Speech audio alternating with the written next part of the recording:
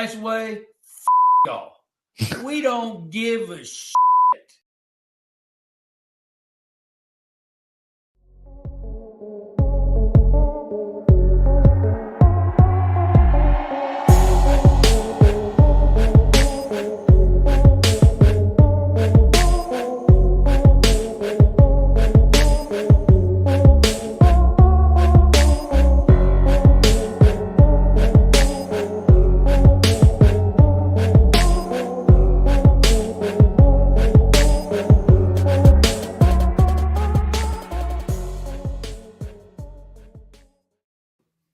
Good evening and welcome back to Hall of Fame College Football with Jason and the coach.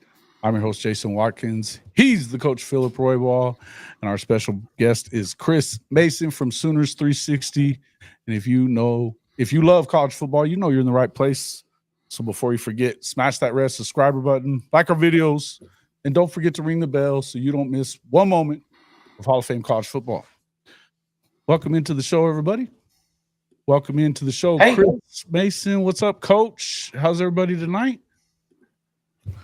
Great to be here, man. Just got done watching Rutgers give away that bowl game. Yeah, dude, I was kind of watching it a little bit at a time. You know, I've been busy at work, but I was watching it go down, and I saw what happened at the end. I was like, oh, whoa. Yeah, not good. And Rutgers, you know, it's not often that they have a ton of opportunity to win, right? Bowl games like that, right? So kind of weird. But yeah. Go ahead. Just gave it away. I mean, they were up.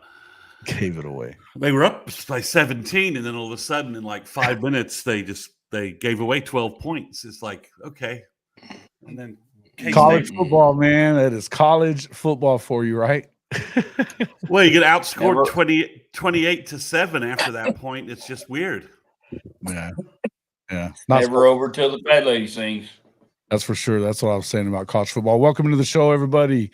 The One ID EST. Welcome in, Sooner Legend, Nathan Campbell, Stephen G, Drewski. Who else we got? Let's see. Georgia Champs. What's up, fellas? What's up?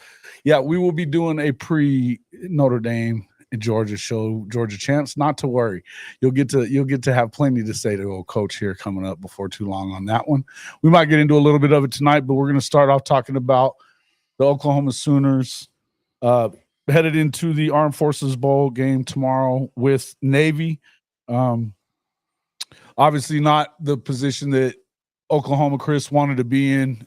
You know, when you start looking at what was expected this year, but we know everything that happened with injuries, the ineptitude on offense really kind of puts you in a position where it didn't.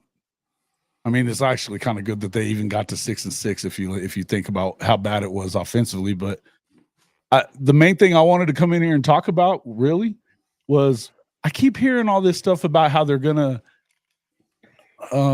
you know, that this is going to be Joe Jon calling the plays and all that kind of stuff. But you keep getting hints that maybe that's not the case. Maybe the game plan is going to be Ben Arbuckle's game plan.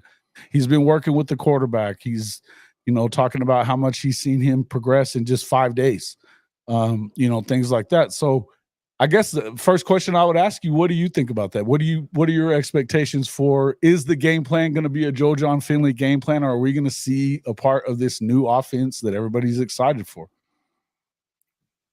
Well, it's going to be a Joe Jon game plan, but I do think we will see maybe some influences of Mr. Arbuckle in this. Maybe some, hey, this looked really good in practice. Mike's running this really well. Can we make sure this gets called? Can we make sure this gets moved up on the call sheet? I think things along those lines where it's just been obvious things are working in practice, and Arbuckle's kind of like, well, that's working. Can we make sure that kind of gets in the call sheet? You know, gets moved up. You know, can we make sure we're running that? I think you'll see some influence like that. It would be nice to think that Buckle will be on the phone to Joe Jon saying, hey, I saw this. I saw that. Can we go back to this? Can we go back to that? I think as he's functioning as the quarterback coach. So I think, if you were He's Joe certainly gonna Jon, be involved in the game plan. Then you know what I mean. It feels like, yeah, right? yeah, exactly. So you would, yeah, go ahead. No, I was going to say, and respectfully, I disagree with you. I think this is going to be very, very strong Arbuckle oriented. Okay. And the reason I think that is, I think y'all have seen enough shit already, and I believe that y'all are ready for the new, and I think that I think you're going to get to see the new. I think we're It'll be some over, but I think it's going to be heavy Arbuckle.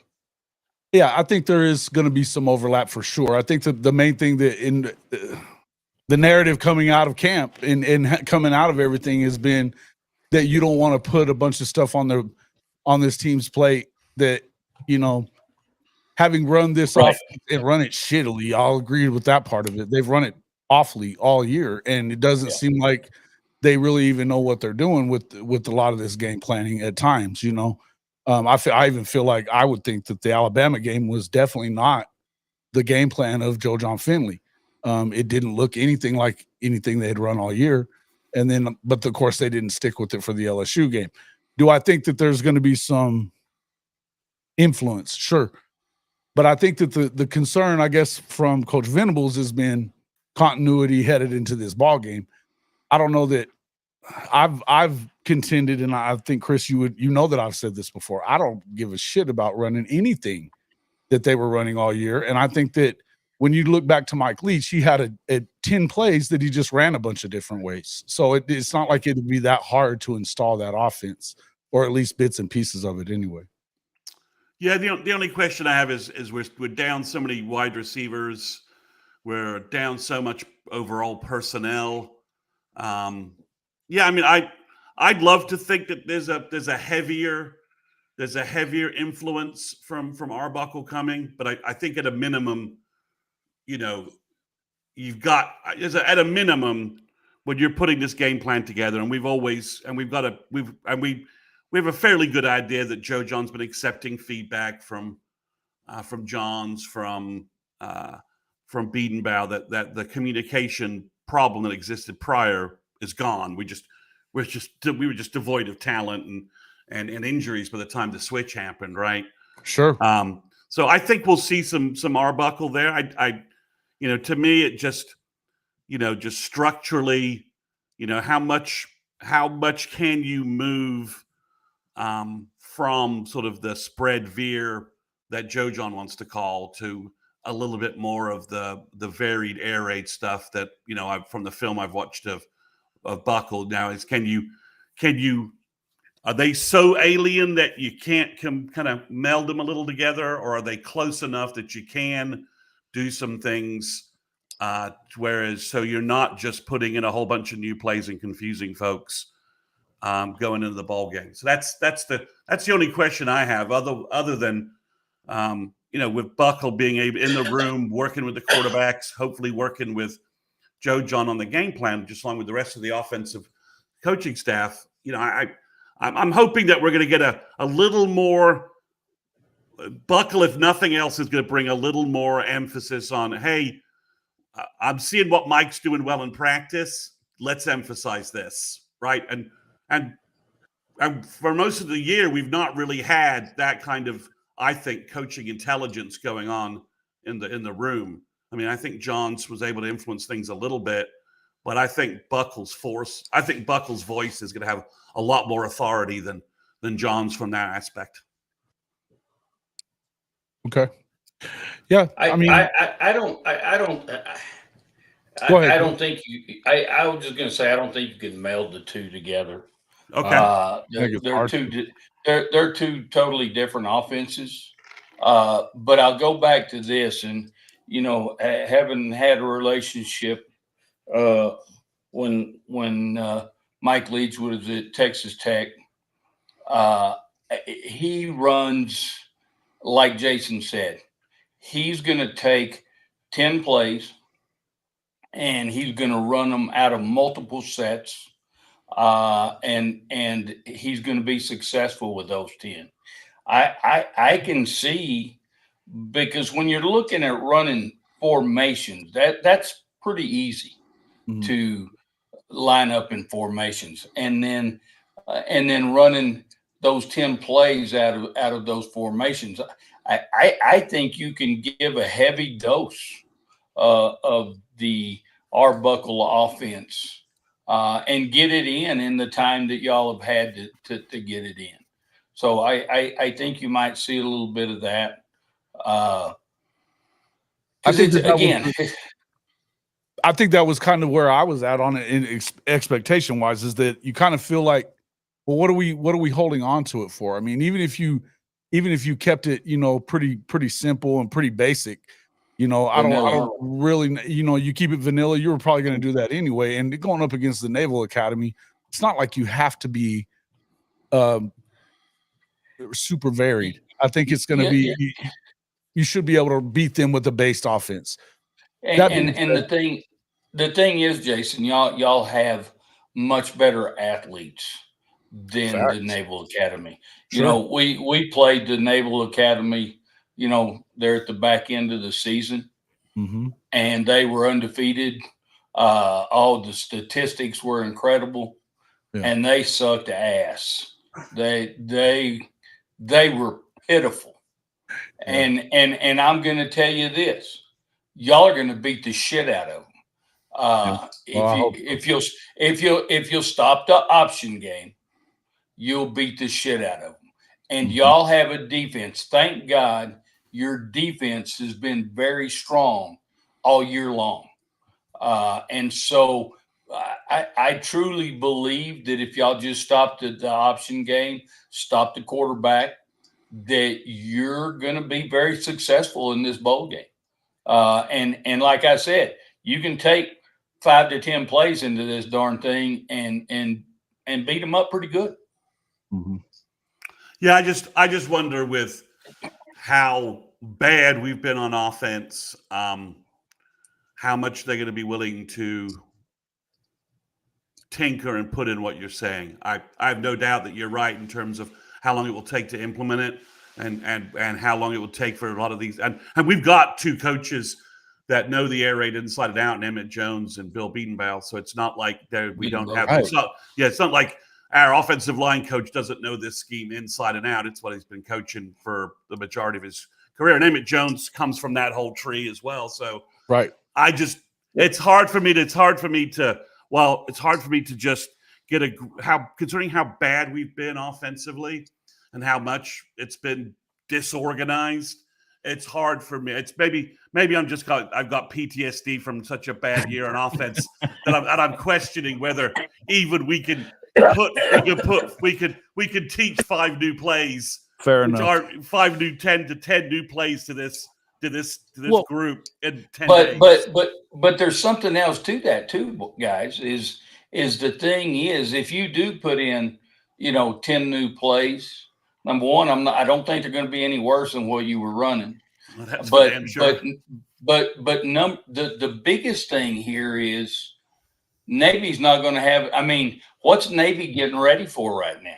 Are they getting ready for the OU offense that they've seen all season, or are they getting ready for? Oh, wait a minute here.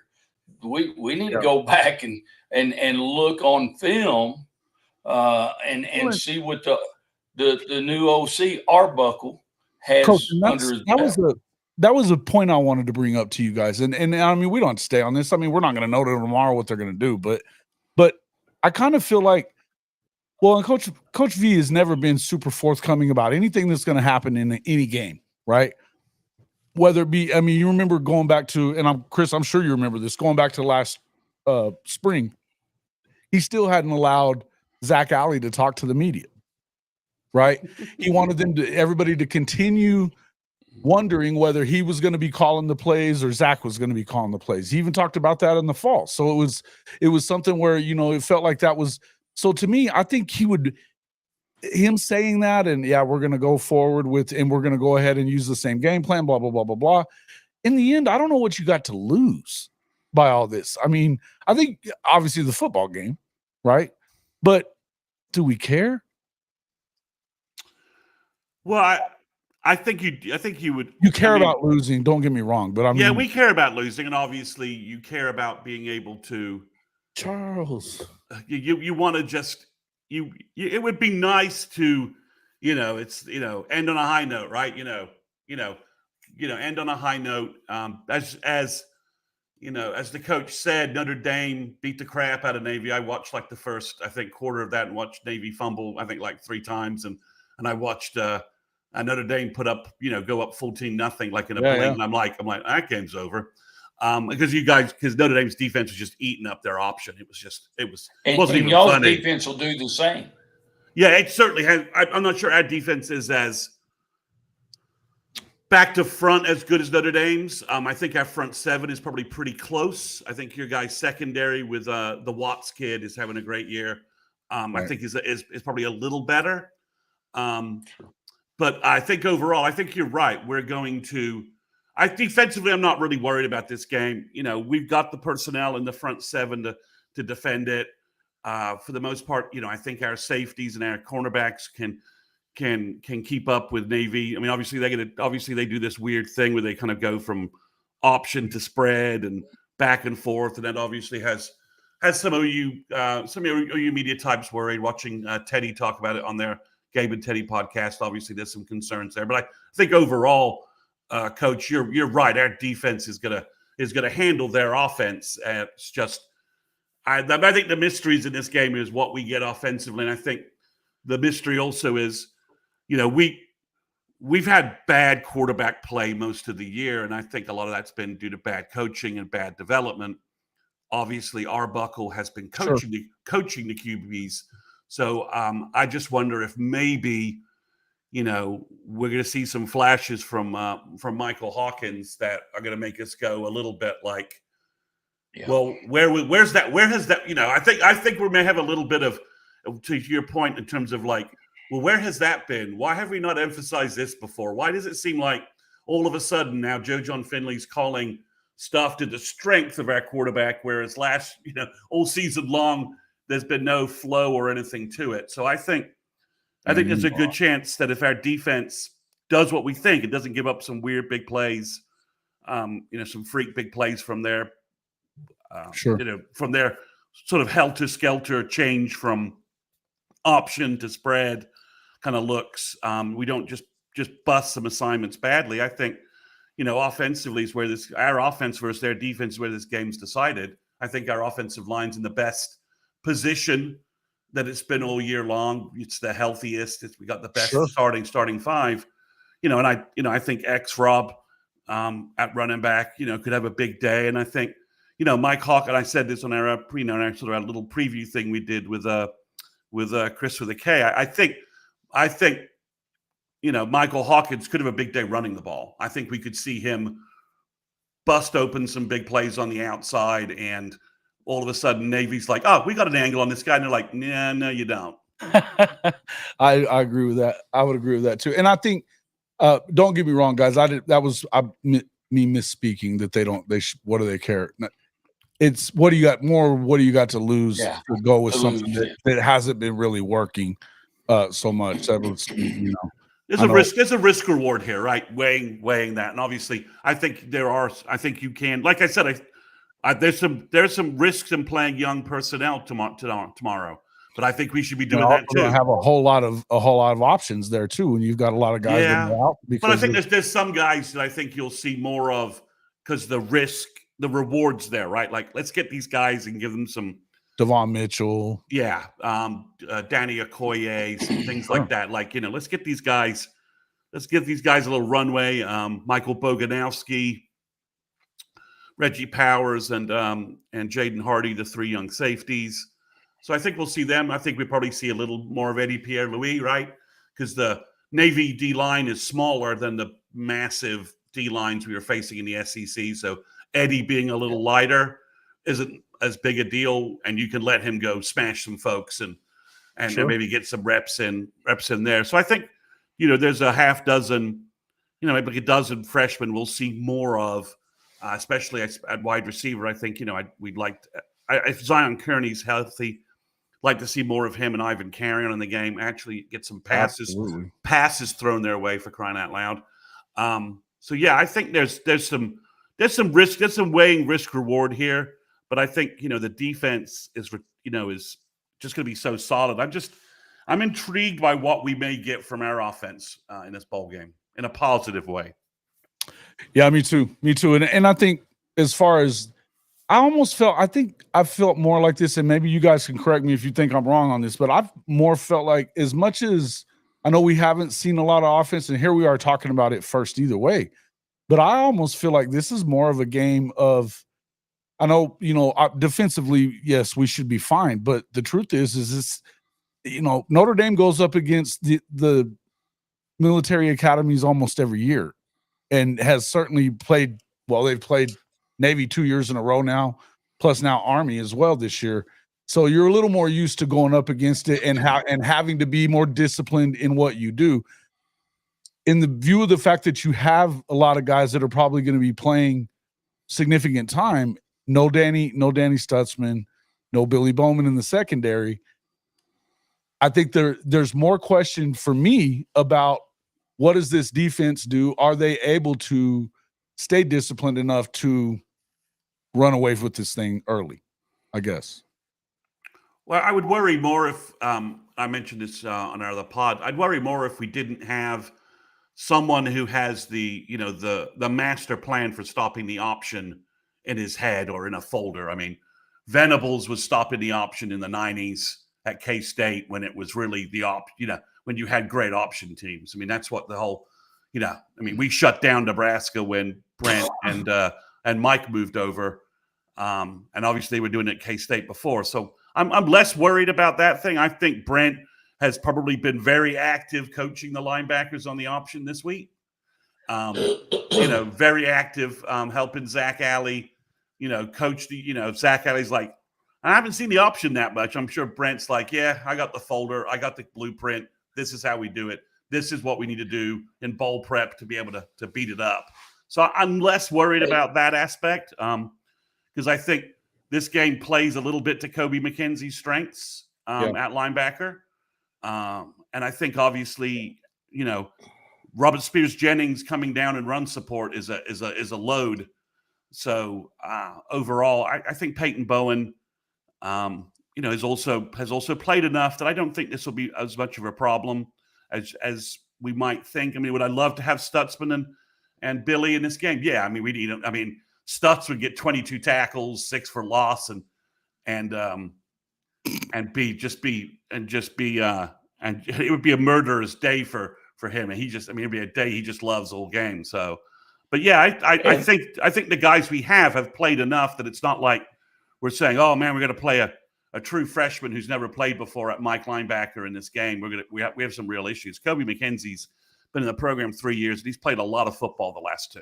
So, and Peyton Bowen, the same thing. So we got guys that can handle this and physically, there's no real drop off, I think, from McKenzie. There's a little bit of in coverage with Stutz to McKenzie, but in run support, I don't think we're getting any drop off there. Not a great drop off, to be honest. And I'll tell you this, I know Coach V knows defense inside out. He knows the option, just like you said. But I'm going to tell you this, guys, and Jason, you alluded to it a second ago.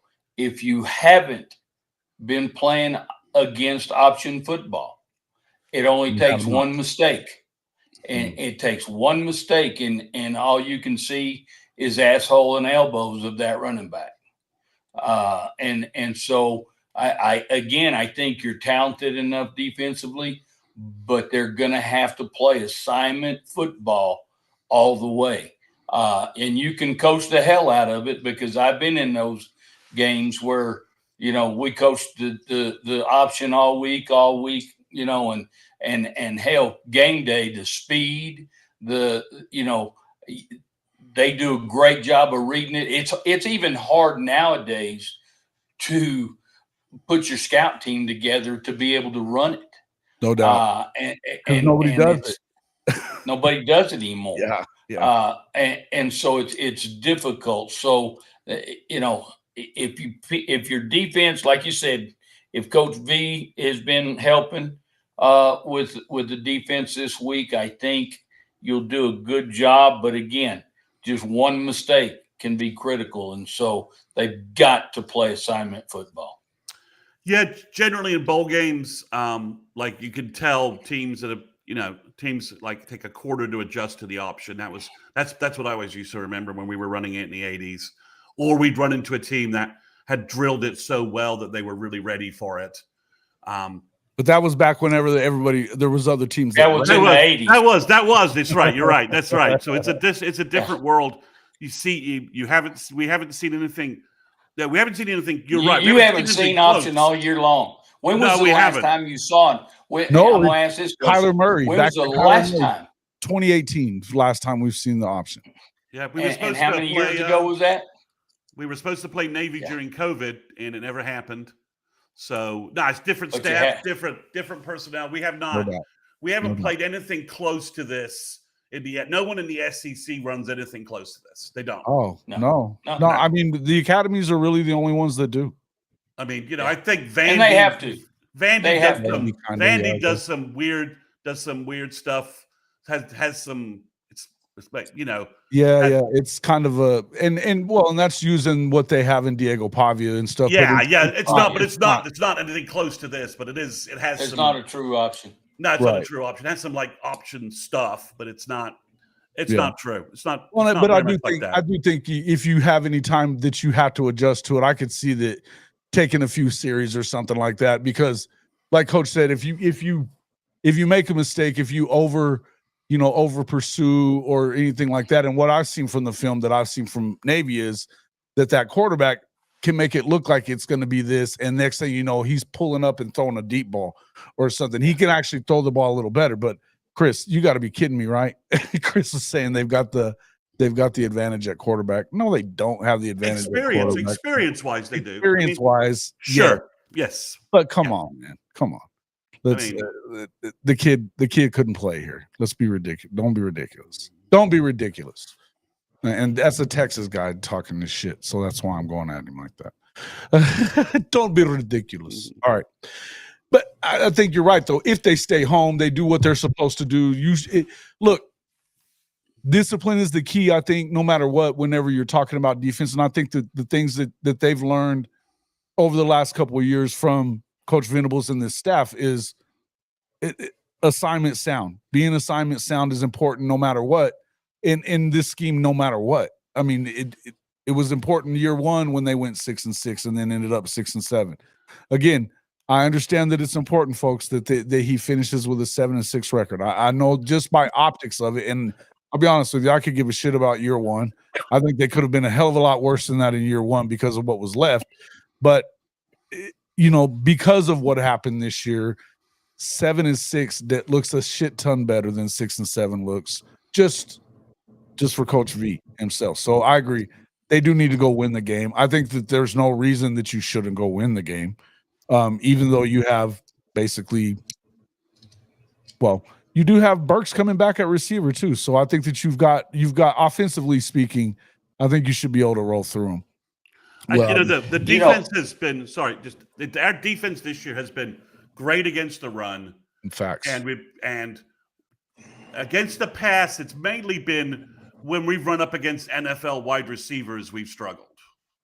I agree. So we've not been like a bust. There's not been like secondary busts just left and right. We've had a few, but it's not, for the most part, our secondary has gotten, people have worked us passing the ball, but it's been guys like the LSU receivers, Luther Burden, Dante Thornton at Tennessee. It's big guys who have NFL frames and potential NFL futures in front of them. So Ryan Williams. I mean, so it's not been that where we've just been like, wow, man, there's just free runners everywhere in our secondary. That's not been the problem. Our cornerbacks have gotten worked by some big, fast NFL type wide receivers, which I don't think Navy can bring. But the scheme can still throw you off. But overall, I think defensively, we've got the person. I like the thought of Eli Bowen, very instinctive, coverage, smart player. shutting down one of their wide receivers. I mean, that's what he showed he's capable of doing. Now the other cornerback spot, it's a little. I don't know who's starting at corner, so we'll see. But overall, if you say how do you beat this version of the Brent Venables defense, and it's you got to have a quarterback who can hum the ball to some NFL looking wide receivers, because you're not going to run on them, and their secondary is good. You've got to have some guys who can really make plays after the catch, or make plays, or force the issue down. I agree. I agree, and I think one of the main things Bob was talking about, play inside out and string it to the boundary. That's one of the things they've been best at. Is you're not getting them on that outside zone play, even though they like to run it a lot. But I think, and then in the interior, good luck with that too. I mean, they've shut down the run pretty much every game. Nobody's running the football, even the best running teams. Aside from Texas, and after it had gotten kind of out of hand is when they really got the running game going. Aside from Texas, nobody's really put up big numbers on them running the football. They're averaging just over 2 yards a carry. So, yeah, I think they're going to have to beat you throwing the football. I don't know that I believe that this guy has the arm to do that, and I know they don't have the receivers that, like you're talking about, that are NFL caliber. So I think that you have to do it with eye candy. I think that they're going to have to catch them off guard with some of the things they do pre-snap. Don't you think, Coach? Oh, I don't think there's any doubt. I think that they do a great job of checking at the line. That's one thing I watched in our ball game against them. That they do a great job of checking off at the line. But another thing that y'all made me think of just a second ago was, back when Coach Venables was recruiting Skyline, when I was coaching at Skyline, and we would have lots of defensive conversations because I was always trying to pick his brain. Mm-hmm. And I remember one of the things we would talk about is they always installed option defense in practice. Whether they went against anybody running the option or not, they were still so I'm sure even through the early stages of practice, even though y'all weren't playing any option teams, he probably still had some option periods in there as well. I just think it's part of his part of his linebacker 101 teaching scheme, right? Like, look, as a linebacker, you've got to learn how to read what's going on, and we're going to start, and the options, and look at these option plays. You got to learn how to. There's no better way to learn how to read than starting with that. So, I think you're probably right. He still does that. I'm guessing that's still part of Brent's 101, linebacker 101, lesson 5, the option. You can't move forward until you get some competency in this because of the skills it builds for you at linebacker, right? I mean, that extend to all the other offenses that are out there, right? I mean, once if you can perfect this, I can start teaching you other stuff. Mm-hmm. Mm-hmm. Neilio, thank you for the super chat. Good Thursday evening. Neilio. Hello, Mr. Jason, Coach Roy Ball. Thank you, sir, for coming in. Appreciate it as always. Let's see. Mr. Dilligaff says, as long as our defensive line can hold up and stay fresh, I see us as shutting down their run game, forcing them to throw. Yeah, I mean, again, I think that what you definitely have to do is what we're just talking about, is that the linebackers need to make sure that their eye discipline is key, and what they're doing and where they are, and keeping these guys in. And I would think that I think the biggest question is when you lost your heart and soul of defense of Danny Stutzman being out there to kind of keep everybody in line and where they're supposed to be. Now it feels like you're going to Kobe McKenzie to be the inside guy, or that's my guess anyway. I mean, it looks like he's the next in line to be that guy. Is he going to be able to keep them lined up and in the right position or not? I think Danny will be on the sidelines coaching him up. So I know he will. Not on the field. That's not no, he's not. But I do like the fact he'll be there, right? So it's like, okay, just a little bit of that direct mentor relationship. It can't hurt. Cannot hurt. Absolutely. I agree. And maybe Kobe just needs to talk to the missus and say, what does that championship mentality look like? How do I access that? So I'm not sure the coach knows, but our middle linebacker is now engaged to the 4-time national championship softball catcher for OU. So well done on his so part. his so his wife has 4 championship rings. That's going to be tough. His future wife has 4 championship rings, so it's going to be tough to. He's never going to win a fight ever. So 4-time All-American, Player of the Year. That's going to be tough battle. But I think it's a test to see if Kobe is going to be the guy. If he can come through in this game, then you're like, okay, that's a huge offseason win for us. And I think Kip Lewis is gonna eat. So I have to get this in. A friend of mine says if he could find a prop bet anywhere that says Michael Boganowski knocks someone out of this game, he'd like to put $100. He'd like to put $100 on that. I'd like that too. I would definitely do it. And and I am excited. I would say this. I'm excited about getting to see more of Michael Boganowski, Reggie Powers. Look, these Sam O could have a huge day tomorrow. I think you could too, and I think that you could see a situation where are you going to start seeing more of Peyton Bowen playing a little bit of the cheetah, or are you going to, or maybe Reggie Powers too, possibly, because those are other guys that you're expecting them to kind of step in and be, the next in line to be the cheetah. Obviously, Samuel's been the guy that's supposed to be that, but I think that, I think that this is an opportunity for the young guys to kind of step up and kind of get going. And we're going to need to rotate Lewis Carter in because absolutely, and that's also another guy who could knock someone out. I mean, brother, if you're Navy, there's about 5 or 6 guys you don't want to see coming downfield, coming with a head of steam. Get one of them lazy balls over the middle and see. Well, I'm talking about like a late option pitch, and Lewis Carter's coming for you. That's a fumble waiting. That's a fumble waiting to happen. I mean, Danny Okoye, Duke's in here saying Danny Okoye, he's like shot out of a cannon off the edge. Yeah, the only problem is he going the right way? That's the if you get him in 3rd and long, right, you just send him after them, right? Like just it's go conducive for knockout blows though. So I got to interrupt real quickly. The Bowling Green punter, just threw a fake punt touchdown 50 yards downfield. Wow. I'm used to like fake punt plays. The punter throws it like 10 yards or 20 yards. He threw a line drive pass 50 yards downfield for a touchdown. How the hell is this guy just a punter? That's wild. I mean, it's a great pass. I'm like, did they sneak in the quarterback as the punter? Did no one notice that? It's pretty wild. It's crazy. So just it's been a crazy bowl season. Last night was crazy with the Toledo game going. It's crazy. So we could be. It's been a wacky bowl season. Every time you think a bowl game's going out, going to be boring, all of a sudden it turns into something really exciting. So. Yeah, Sooner in Texas, I get it.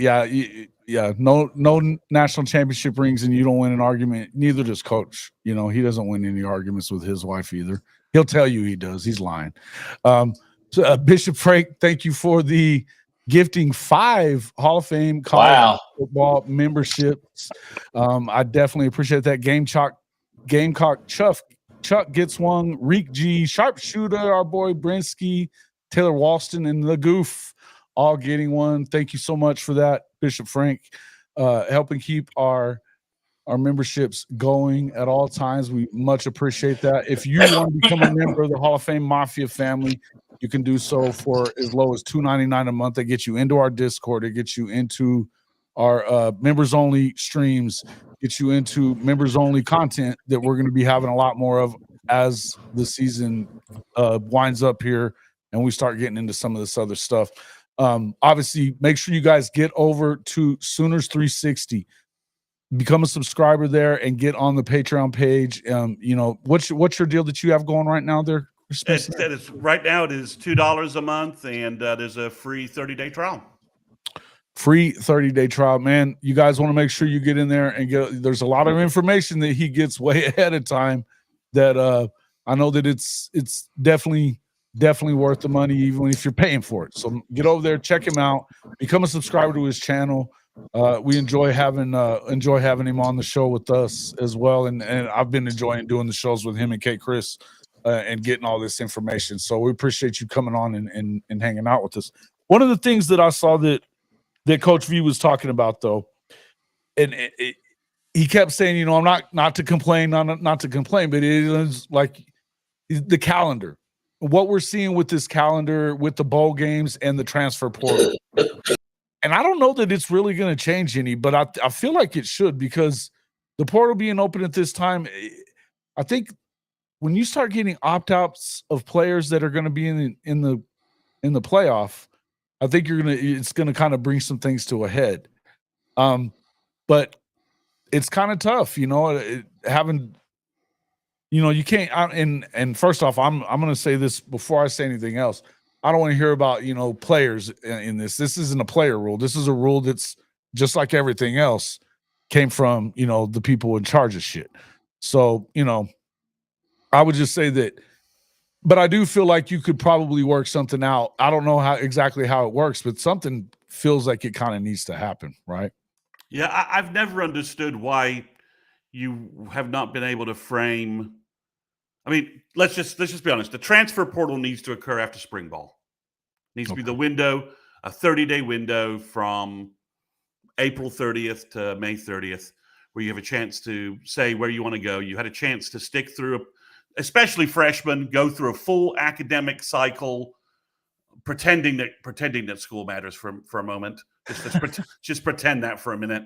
A full academic cycle. You've gone through spring. You haven't had the, I'm not sure I want to be at this place. You've been frustrated by your freshman year not playing. You've gone through spring. All the coaching changes have occurred.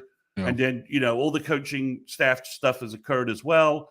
So you can say, look, I gave it a year. I was here for 2 semesters. I want to go somewhere else. And I think that's fair. And I think if you did it in that window, then everyone knows kind of where they are in spring. They know what's going on. Everyone's like, well, but if you need a quarterback, you want to get that guy in for spring. Well, I mean, all this quarterbacks shifting around isn't helping quarterback play in college football at all. Well, here's the thing, though. I know what you're saying is what it should be, but that isn't going to happen. Well, but where else can you do it in the calendar that makes any sense? With guys transferring, it's having to if you either transfer in January or you transfer over the summer. Mm-hmm. I mean, basketball, it's as bad in basketball, but at least they seem to have only one period of this. Well, right. I don't after the final, right, you don't see anybody opting out of the Final Four, right? Well, not necessarily, but you're seeing entire teams switching place in basketball. Yeah, but it's chaotic, but it is contained though, right? And it's the point I'm making is I don't understand why we're being held up by academics when it's not really a thing anyway. Okay, well then, and enrolling. No, I mean ideally you should do this in February, right? February 1st through March 1st is when you should. You can announce being in the portal, but yes, I agree. I think that listen, I think that there has to be some changes, and I think that pretending like academics have something to do with it is bullshit anyways. I agree with you, but the presidents there's still that illusion. But I'm with you. If you ask me when it should occur, it should be February 1st through March 1st. That's when the transfer portal for college football should occur. Like NFL free agency doesn't occur in the middle of the playoffs. Well, after the damn yes. I mean, right now, if you said NFL free agency should occur for 30 days, you'd be like, what are you talking about? You got teams still in the playoffs, like players like, I'm about to be a free agent. I'm opting out of, for example, like CD Lamb saying, well, I'm opting out of our last 4 games because, the Cowboys suck and I'm not getting hurt and I got my free agent contract coming up. I mean, so if ideally, if you ignored academics, it would be February 1st through March 1st, right? That would be a clean time period. You've already signed all your high school guys. All the coaching changes have happened, and the players have had a chance to figure out where all the bowl games and playoff games have occurred. No one has to leave anywhere because they think they're missing their chance. So so you'd have to do that. You could do that. You could do that, right? Even with the academics, you say you're transferring. you finish out your academic semester online at your current school, but Right. you're eligible to go for spring practice at your new place. That would be completely cognizant of the football part of it, right? So you switch to online, you take online classes, and then you're allowed to go hang out at your new school for 2 weeks to go, for 3 weeks to go through spring practice. I'm sure you're right there, Chris. See, I'm just sure of it. The academics, listen, according to the rules, there's a lot of rules that really don't get followed, is the point that Who was the last OU player to miss a season due to being academically ineligible? That'd be a great trivia question. Tell us. I think it was in like 2009, a cornerback whose name I can't recall. He would have been on.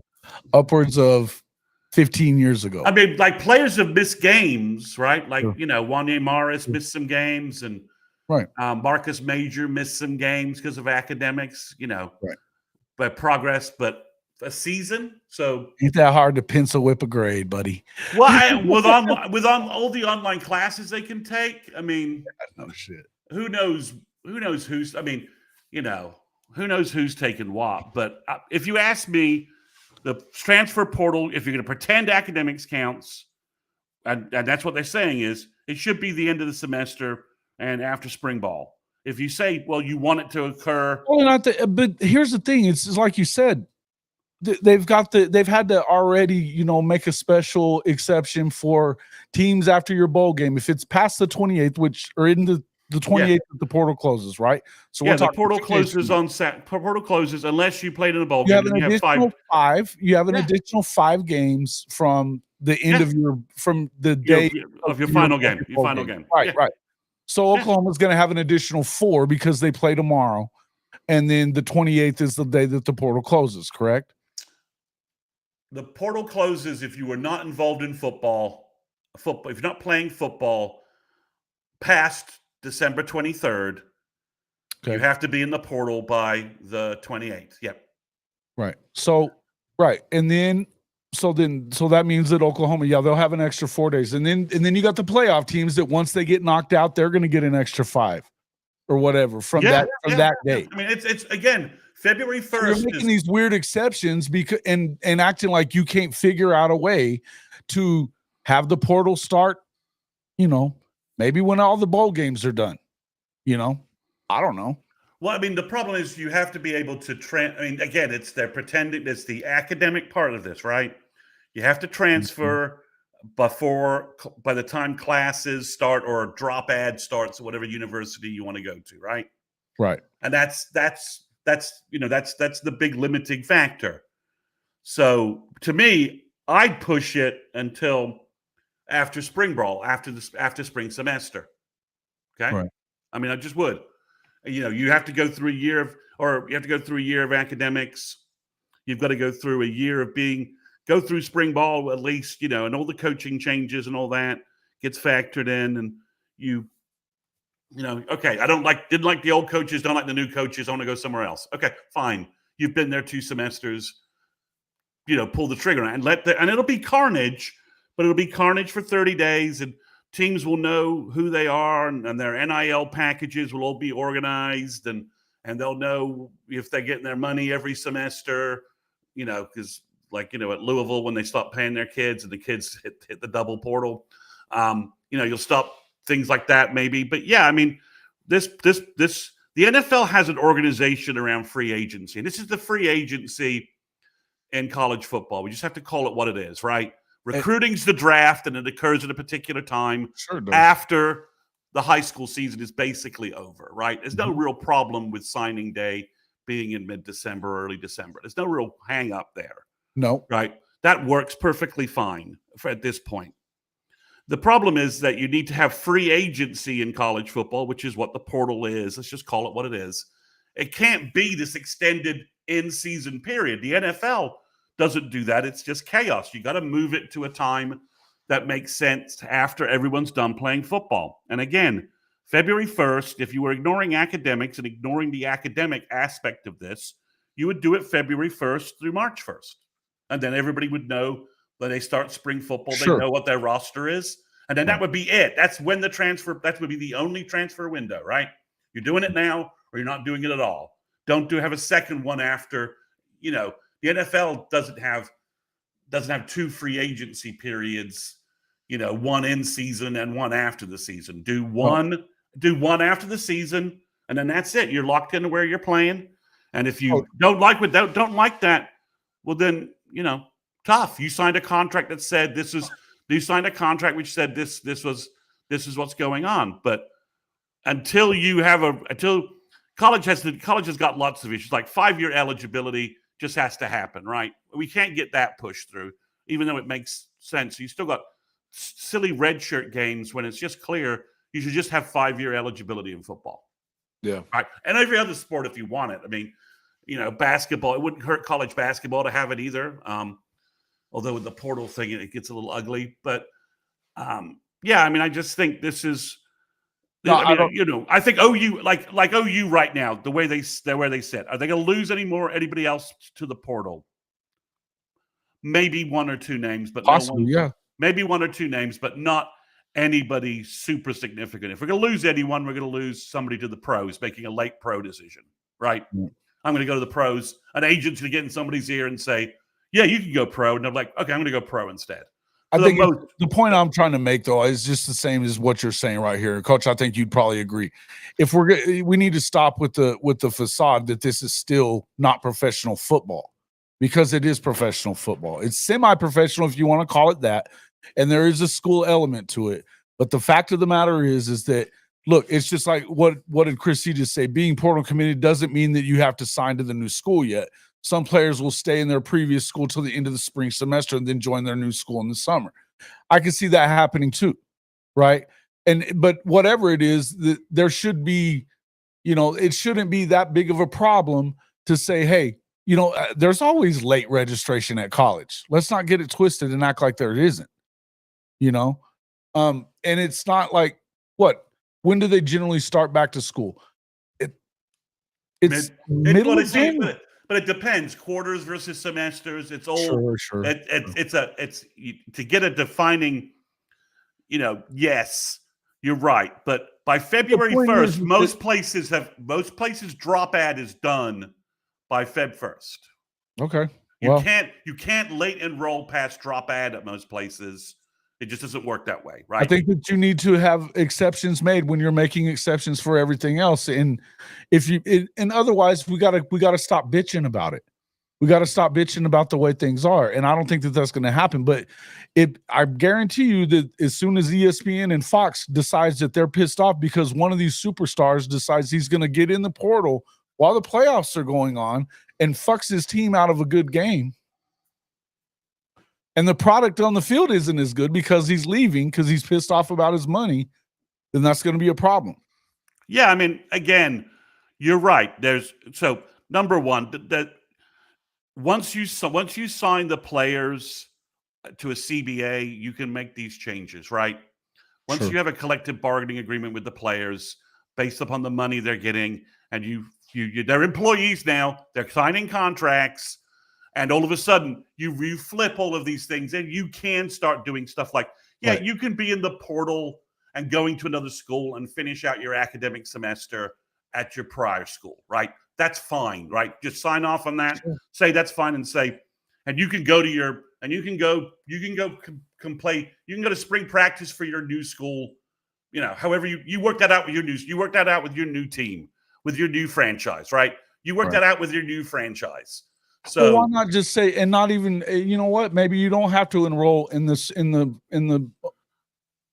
new semester, the spring semester. Sure, maybe you can just take it off. You could just say you could just take it off, right? Just go just in February. If you want to ditch out of school by February 1st, you have to be out of your current school, and then you got a month to choose a new school. And as long as you're enrolled by the summer semester, everything's fine. Right. And that's how you transfer. I think that was the point that it was getting to, because of the calendar being what it was. Yeah, but again, February 1st to March 1st, if that could be college football free agency, it makes so much sense, right? It does. You got your high school class. Everybody's played on the field. You've got everybody's on the field has played. If you want to opt out of team's bowl game because you're going out Feb 1st. Okay, fine. But I don't think anybody would have to opt out of the bowl stuff, the playoff stuff, because you'd be like the Penn State guy who says, well, I need to get in the portal now, the backup quarterback, right? He's leaving Penn State. Sure. And go to Missouri. But he wouldn't have to do that because he knows, well, the market's set February 1st. So that's when people start. I mean, that's the problem, right? Everyone's trying to rush in to get the first dollars that are available, right? Just like the NFL free agency. Teams get in trouble for trying to sneak in over the window and get punished by Goodell and all those guys if they try and illegally sign guys. That's why if everyone says you can't get a portal offer. You can't get a portal offer until Feb 1st. You can't enter the portal until February 1st. Can't take visits anywhere. Your agents can't negotiate with anybody and put real punishments around it. By March 1st, if everybody knew what there was, it was fine. And kids are just playing out their semester at their old school. Their previous school can arrange some sort of financial swap between them to figure out, how that gets paid and all that. Or as you said, they just unenroll for a semester and re-enroll that summer. Mm-hmm.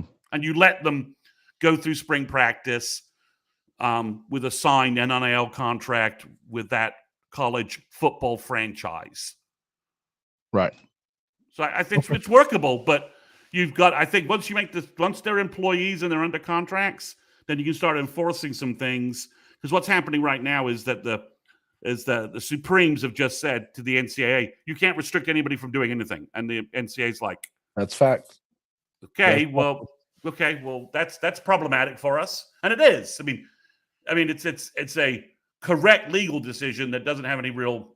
It doesn't, like this whole JUCO thing is such a crock of crap. I mean, let's just call it what it is. Crock of crap in what way? The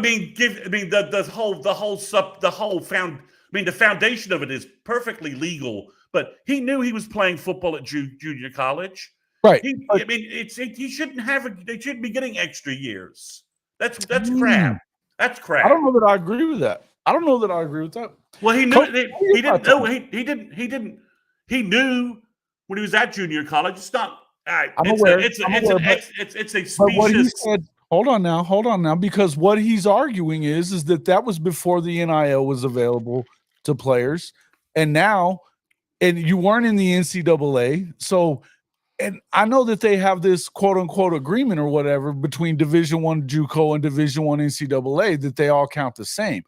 But I don't think that there's a lot of things that have outgrown their usefulness, and this is one of them, in my opinion. Coach, well, but the same argument, wouldn't every player prior to NIL in the NCAA also do more eligibility? No, because yes. If you were playing football in 2020 and you didn't have NIL money, couldn't you claim that year in essence is as irrelevant as a JUCO year? Pretty much, but I think right now you can. So why don't I get an extra year of eligibility? I mean, it's like, why don't I get 2 years you've of already extra tried to go pro and all that? Do you know the difference? There's you can say that, but we're talking about guys that are currently in the game. And right. I'm talking about somebody right now who played in 2020, right? The last COVID year guys out there. And he's okay.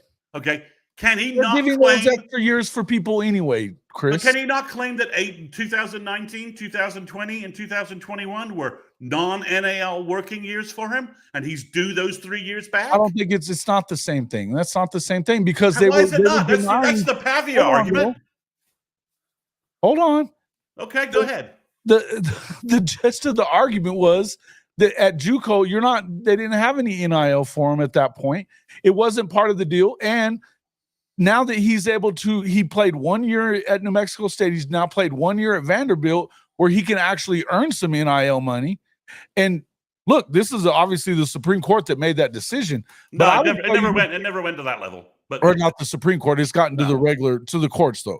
The point is the court made this decision, and they're losing every damn decision. Right. Part of the reason they're losing every decision is because of the fact that there's no rhyme or reason for any choice that they make. They don't have antitrust exemption. That's why.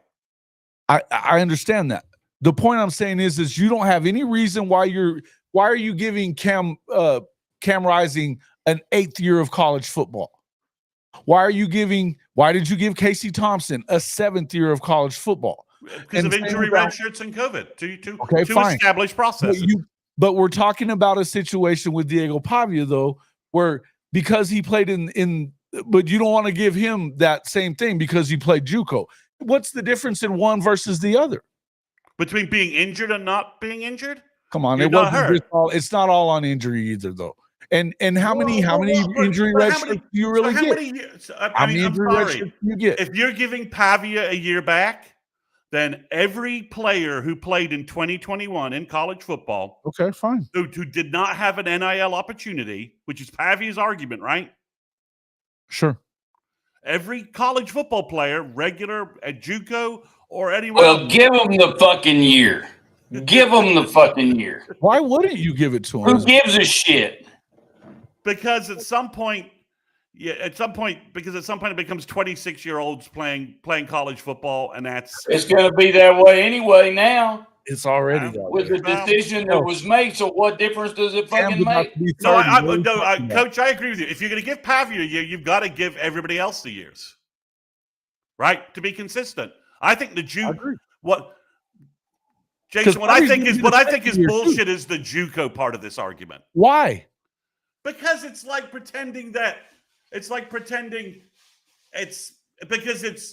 arguing that somehow that eligibility.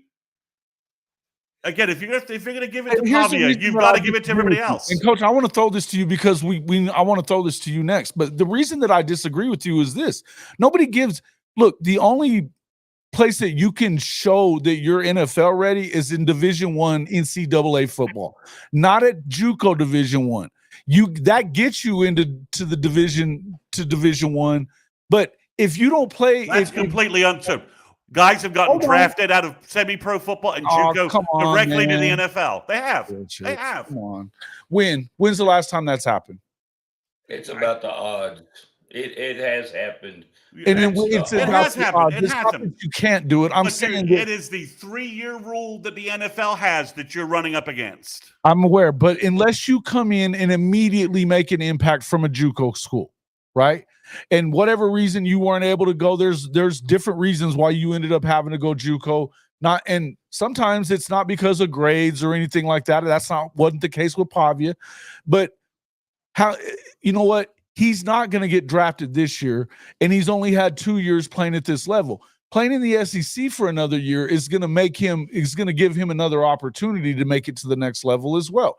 I think that a lot of it has to do with just being able to look at these guys, that giving them more opportunity to move up to the next level. And let's not get it twisted and act like what this has not become is the farm system for NFL football. Well, it's always been the farm system for NFL. So that's not a new argument. To me, the question is, if you're saying that somehow Pavia needs an extra year to make money in the SEC, then I'm just saying your argument that he can play an extra year in the SEC. That's the argument that he made. That's the argument that they made and got him. I got him relief. I'm just saying it's a specious argument. It's not the real argument. It's like, oh, I went to JUCO, I should get an extra year. It's like, no, that's not what you're. I think you also have to look at the fact that the NCAA wanted this to happen. By the way, your real argument is I'm not good enough to go to the NFL. I can make more money playing college football for another year than I can doing anything else. Please let me make more money. Hey, Jace, if we're not talking any more college football about the game, I'm out of here. All right. Well, what are we talking? Okay, well, we can move on from this. I think this is an argument for another day either way. Let's go into some of these. Let's go into the playoff stuff now. Obviously, we know what we expect. That at the end of the day, Oklahoma should find a way to get it done. The line has moved quite a bit, I would think. What is the line? 3. It's 3, and it started at 9, and I think it got bet to 3, so which means that's crazy to me that you would have that many betting that way, but. Wow. It's now 3. I might put a little money on that. Man, right? I mean, money line should get you. Wow. over-unders still has over-unders like 43.5. Right. Right. Which seems like a more difficult bet. Like, ooh, okay. Not Right. sure about that. Not sure about that. But so we've killed our game. So can we talk Notre Dame to UGA? Let's do it. I think that the big well, I'm not sure what you're wanting to talk about Notre Dame UGA. I think that the thing that you want I want to talk about is go ahead. I'm in Atlanta, and obviously I've annoyed everybody because I'm telling them that I think Notre Dame's going to beat UGA. Oh! You just got coach to love you now. But and everyone's like, "What are you talking about?" I'm like, well, have you watched UGA this year? They are all over the place consistency wise. They don't have their wide receiver weapons are minimal. Their tight end play is getting a little better, but I think is it Gunnar Stockton? Is that his name? I know his last name. Yeah, it is, and I think he's a better player right now. Maybe he's a better player. I don't know. I don't know that he is. UGA's QB coaching development is crap. Their wide receiver coaching development is crap.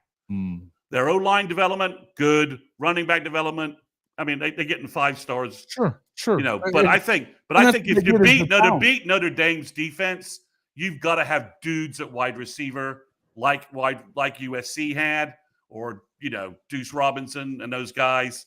You've got to have a quarterback and it's just gonna be his second start. The kid's never played. Everyone's like, oh well, he won the SEC championship game. No, he didn't. Running the ball with Trevor Etienne. Is it Trevor Etienne? Do I have the right Etienne? Yeah. Trevor Etienne won that game. If you will go back and watch that game, right? So, but Notre Dame, I think, has the edge at quarterback, the edge at offensive line, and defenses. I think they're a push, and that's why I think Gunnar Stockton is going to make mistakes. Notre Dame's defense is much more consistent this year. Has been, except for I don't want to go there, Coach. Except for whatever happened in that Northern Illinois game, right? But other than that, Notre Dame has been super consistent. Riley Leonard's gotten better and better. He's much more experienced than Stockton. He's played much more football. He's played in much more games. I think UGA is playing a little bit off, their old reputation of their teams back in 22 and 21, where they were just head and shoulders above everybody. But I just don't think I'm having a hard time seeing Gunnar Stockton with UGA's wide receiver talent put up a lot of points on Notre Dame. Whereas we watched a Georgia Tech team, which Notre Dame played, and we all know that Georgia Tech is a good, powerful run game offensive line. Notre Dame's offensive line has been doing better and better. Notre Dame has better running back talent than Georgia Tech. Yep. I think so. For what I've seen of and again, Chrissy, what are you talking about here, Chrissy? Because Notre Dame's tied for 15th in scoring offense, tied for 12th in total offense. What are you talking about? And they're running back. It's Love, right? Who's the primary guy? The primary guy, yeah. But they're both really good. They're both really good, and Leonard can move the ball with his feet, and UGA has not. UGA's offense is better than Texas's. It's better than Texas's offense, and Notre Dame's defense is as good as Texas's defense. Let me just say that. And we just saw these guys play on a neutral site, and Texas basically kind of gave that game away because they stopped stopping the run. So that's my thought on the Notre Dame UGA game. Am I smoking? Am I just smoking something, or am I just wanting to stir up people in Georgia? Not to me or not, but you are Shotty's already, he's biting at the bit. Shotty, if you'd like to come in, we could surely bring you on. I'll send you a link if you want to come in here and argue this. But Coach, tell me what you think about what Mr. Mason just said there. Oh, I think he's got a lot of merit to what he said. I'm a little concerned. First of all, I think if Georgia comes out and truly plays Georgia football of the past, I think it spells trouble for us. I think Depends on which defensively UGA we you lost. get, you mean? Yeah. Right, right. I think we lost a key player in our defensive line in Riley Mills, which was our best defensive lineman. But you know what, guys? We look at this, and I know Georgia's lost some They're good in players the too. But trenches, man. They're for, good in the for, trenches. from the start of the season, we've lost 5 starters. And in some places on defense, we're on our third team defensive ends. So, but again, I truly believe it'll be a good ball game. Again, come down to it's going to come down to the trenches. Uh, I think Shoddy, if he's still in good shape, needs to go play some receiver because their receivers suck.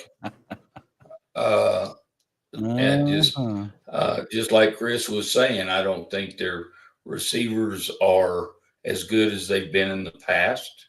Right. But I do. I think it'll be a close ball game. And again, guys, the bottom line is Notre Dame's got to beat a Georgia, an Ohio State. They got a Texas. We got to beat somebody that is really a good football team. Our schedule, as we well all know, our schedule wasn't real strong. Got our ass kicked by NIU. I'm not going to make excuses for it. They beat our ass. But I will say this. Come on. Even though our schedule hasn't been 13 weeks that ago, they haven't strong, lost since. well, and that was what I was going to say. Even though our schedule was not very good, basically we, for the most part, beat the shit out of everybody on the schedule. Not just by a little bit, by a lot. And even some of those scores that got close, they were fourth quarter. We were playing all you others in the late in the game. So it's all good. Shotty, get your face on here. Yeah, I mean, it's you've got a link, so don't be talking that shit. Coach, don't you think the quarterback edge in such a close game with such good defenses just leans Notre Dame's way? I mean, Leonard's experience level. I mean, because Stockton just has not played because he's not good. I mean, but I also would say this: the games that, and the reason for that, the games that Georgia has not played well in, you can go back to Kentucky. Why have they not played well? Because they've gone up against another team that is nasty in the trenches and has good secondary as well. Yeah, I mean, every year, every game they've played, I mean, they have elite talent, but as Coach said, it's like, what Georgia do you get this year, right? Because there's been several. I mean, the Georgia's been wildly inconsistent, like not paying attention to teams and playing down to the talent level of the teams they've been playing. So do you get Georgia at their height? And if you do, obviously they've got enough personnel to beat anybody if their quarterback doesn't but you just watch it in the playoffs though. The quarterback play so far has been huge, right? The SMU guy gave away the game.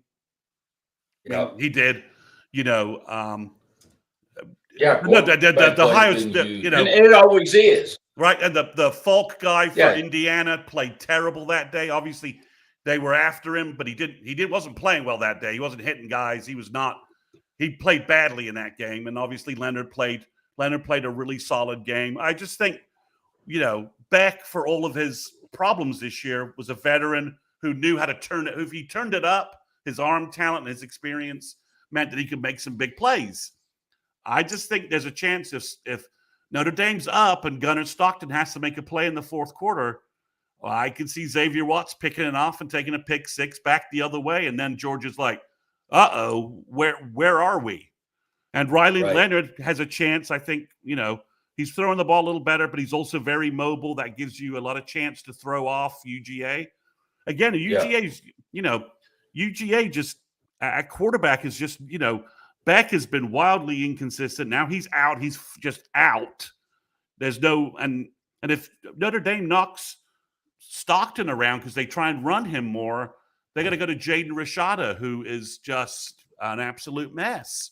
So they don't have, I don't know that Notre Dame could go all the way, but I think this UGA team matches up very well. Notre Dame matches up with this version of UGA right now very well. And as you said, it's time to step up and beat one of these guys and get off that monkey off your back. And everyone says Texas beats Notre Dame easily. What Texas offense are you watching? Exactly. And I'll say this, when it comes to out physicaling them, that's the same thing that Aggie thought too, that they'd be able to out physical Notre Dame. They weren't able to. They weren't. And they've got it. And I would tell you that they have a better defensive line than what we've seen out of Georgia this year. Yeah, they weren't able to do it. Yeah, but I think it's an interesting game. I think obviously the Oregon Ohio State rematch is just going to be a shootout. I mean, I think it's going to look a lot like the first game. I don't see it being very different. That goes fourth quarter. Maybe some dumbass coaching decisions decide it, something like that. Wow. Well, Carson Beck has, but we don't know that Gunnar Stockton is not going to just throw picks left and right either. I mean, he's not played at all. I mean, and if he sits back and, I mean, we've watched all year long, OU fans have watched a freshman 5-star quarterback be put out there and, and wait too long to get rid of the ball, hold the ball too long and throw and get hit and fumble the ball. So you realize Georgia was 8 overtimes with Georgia from not being in the playoffs, and that's a common opponent. That's a common opponent to us. Tech didn't have Haynes King that day, but Tech's offensive line and D line still out there physical, and Notre Dame beat them up in the Georgia Dome. It was a home game. They out physicaled them in a way that Georgia couldn't. No, Georgia, that Tech team continued. I mean, Haynes King fumbled the ball. That's why that game went to overtime. Otherwise, Georgia Tech. I'm not comparing you to Texas A&M, Shawty. I'm saying your D line wasn't as good as A&M's. Yeah. So it's an interesting matchup. Texas, Arizona State. I'm not sure how interested I am in that game. I'd love Arizona State to win, but we'll see. I mean, without the wide receiver Jordan Tyson, he's still out. I don't think it depends on him anyway. He was a great. Did you watch ASU? He was really good for those guys. Oh, he was. He was great. Everybody's going to be. What are they going to do with Scatterboo? Because unless they're able to shut him down, and if they don't shut him down, it won't matter who they got at receiver because they'll be able to hit you both ways. Because they're going to have to. I think Arizona State puts up a much better effort than Clemson. That was that Clemson team was just. I mean, how they got in the playoffs was a little. I know you count the W's and L's, and okay, so we're going to count the W's and L's. I know that everybody wants to talk about them losing to NIU. That was the day that Riley Leonard was banged up. They certainly were overlooking NIU, and they lost. But the rest of the year, you can't say that about them. They won games that they were supposed to win by a lot. They outclassed everybody, and that includes going on the road to a tough USC team. I mean, look, SC is what it is. But in a rivalry game, you know how it is. Look at what just happened with Michigan and Ohio State. SC is going to get up for that game at all times, and they were certainly better on defense. They went in there and ran their asses off over a team that wasn't giving up that much on the ground. That was the best game USC played all year long. It was. And Shoddy, if we're not counting W's and L's, we need to rethink that a little bit, because if you lose to Georgia Tech, that third loss, your ass is sitting at home. Cold hard fact. Wins and losses do count. Texas is because they win with the SEC championship. They were automatic qualifier, right? Yeah, but and it wouldn't have gone against their record if they'd lost that game either. It wouldn't have gone against their SEC record. No. That's right. But it's still again, you can't watch that football game and not say that a team very similar to Georgia Tech and better than Georgia Tech on a neutral site can't compete. I mean, that game was in Athens, for crying out loud, at Georgia's home stadium. You can't say, look at that game and say, and then factor in the fact that Georgia has lost their quarterback. I mean, everyone's like, oh, well, Gunnar Stockton will just come in and it'll be fine. What world are we talking about? That's what I want to know is all this stuff that we're talking about in here. You guys are making all these if this and this questions. Hey, Shawty, are you in a better position with your backup quarterback, or are you in a worse position? You're not. I'm asking Shawty. All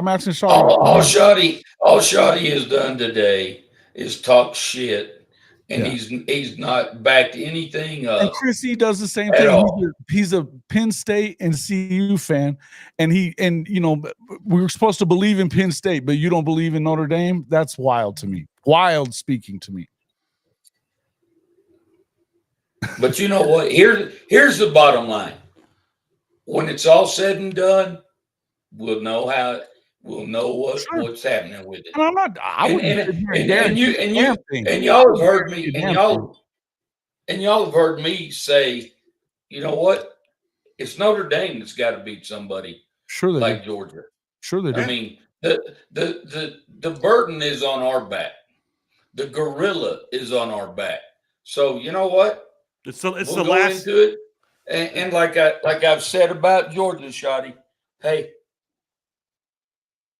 I bow down to the Bulldogs. And I'll keep bowing down. And then when we kick their ass, I'll quit bowing. Yeah, but Shawty acting like it's out of the realm of possibility that they could lose this fucking football game is crazier than you saying that they can. They've already lost twice. That's what I'm talking about. Acting like you can't lose this game when you have a new quarterback and you haven't been your normal self in the trenches. I mean, are we forgetting the fact Ole Miss dominated these guys for 60 minutes? I mean, Georgia wasn't even in that football game after the first 5 minutes. I mean, it's not like Georgia has been at an elite football level the losses this that year. They have this year is because they got boogered up and went up against defensive lines in the trenches. They weren't quite as good. I mean, maybe Etienne will have a quick, have some great game and that'll be the difference. But it'll be the first time anybody was running on them too. We're talking about Oklahoma's run defense. Yeah, Notre Dame's is damn good too.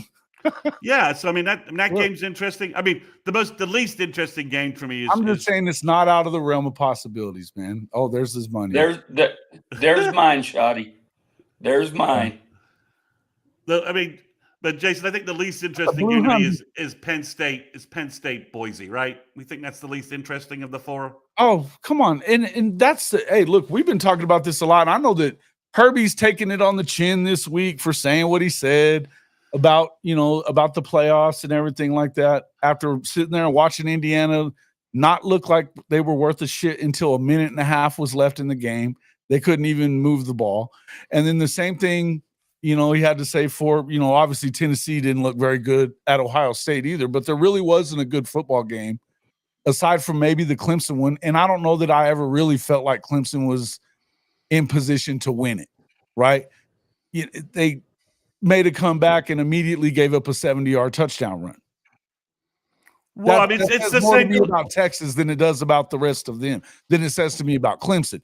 What I'm saying is, all this stuff that we're hearing, all this, and I get it. Look, I want to talk to. Matter of fact, I'm gonna have this debate with JJ Kitchen, talking about that they're trying to ruin college football and blah blah blah blah blah, and wins got to matter. Okay, fine. If we're gonna sit here and act like that everybody's playing the same type of fucking schedule here, and that wins and losses are the number one thing, then what you're going to do is you're going to end up making it to where not only is the SEC not going to go to 9 games, they're probably going to decide that everybody's going to go to 6 because we're all going to play each other during the regular season. If you're trying to take the advantage away that we've earned then we're going to come and get it from you because we're going to play you during the regular season. You want to do this, play this game, then let's play it. And I love the idea. I think it's better for college football.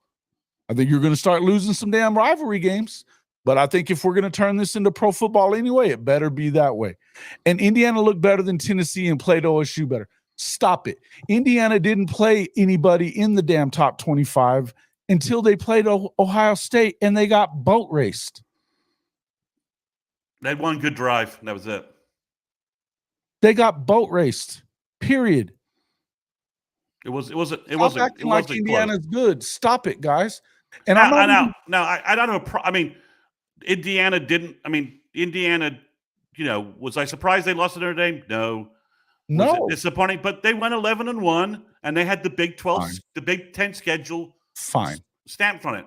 And I got no problem with that. But SMU, I got a problem with. Why is it that we're thinking that they looked good enough to be in, and you can't.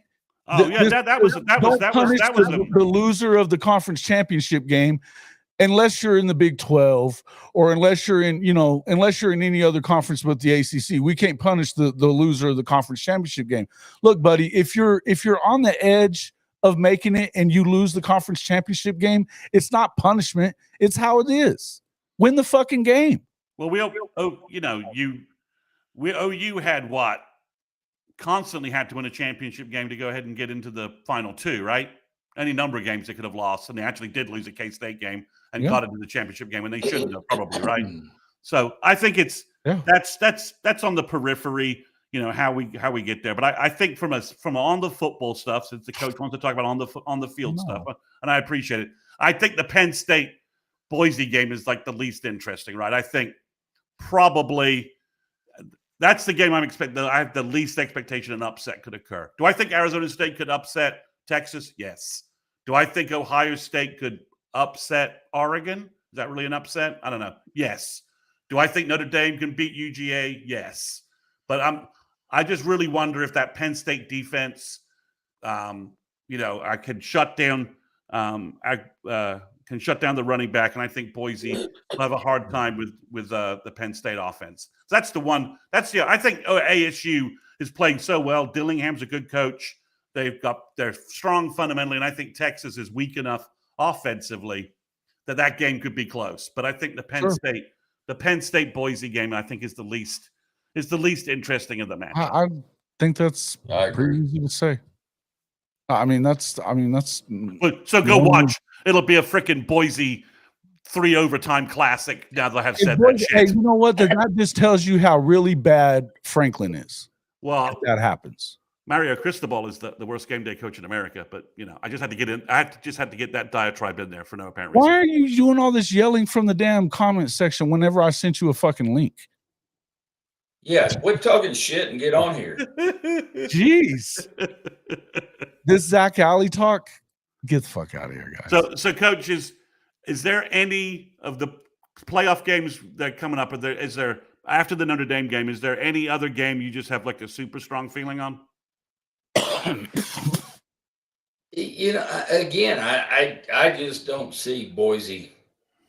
I don't see them being in the hunt. Do you think Ohio State can? Is that like? Would we just see Will Howard? Oh yeah, I think that's going to be a great ball game. I think Ohio State can beat Oregon. To me, it's like they lost by 1 on the road. To me, it's the Will Howard. Will Howard. What Will Howard do you get? Right, the Will Howard on a exactly like the TCU 100%. Quarterback back in their championship run. Will Howard. I've never been a big Will Howard guy. I couldn't understand why Ohio State was paying money for him because I'm like, What language filter? I don't have one. Yeah. You're talking about Larry. You're talking about Larry. This ain't church. This ain't church service, bro. You know better. But if it's so does Texas get UGA again, or does Texas get Oregon if they win? Both if those teams win out, what's the matchups in the semis? Do you remember? The semifinals. What do you mean? What?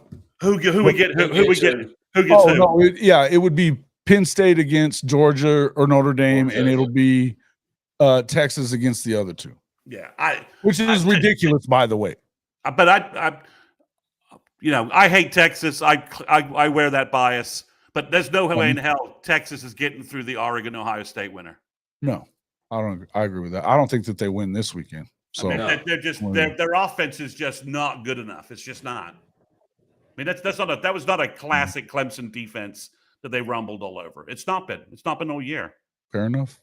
I'm not arguing. Not arguing with you. I think the whole thing is, I think it's a travesty that this is what you've ended up with. And I think, and first of all, before we go any further, what I would tell you is that do I have a huge problem with Boise State making the field? Yeah, kind of, but not really, right? What I don't like, not where they got. I don't love that.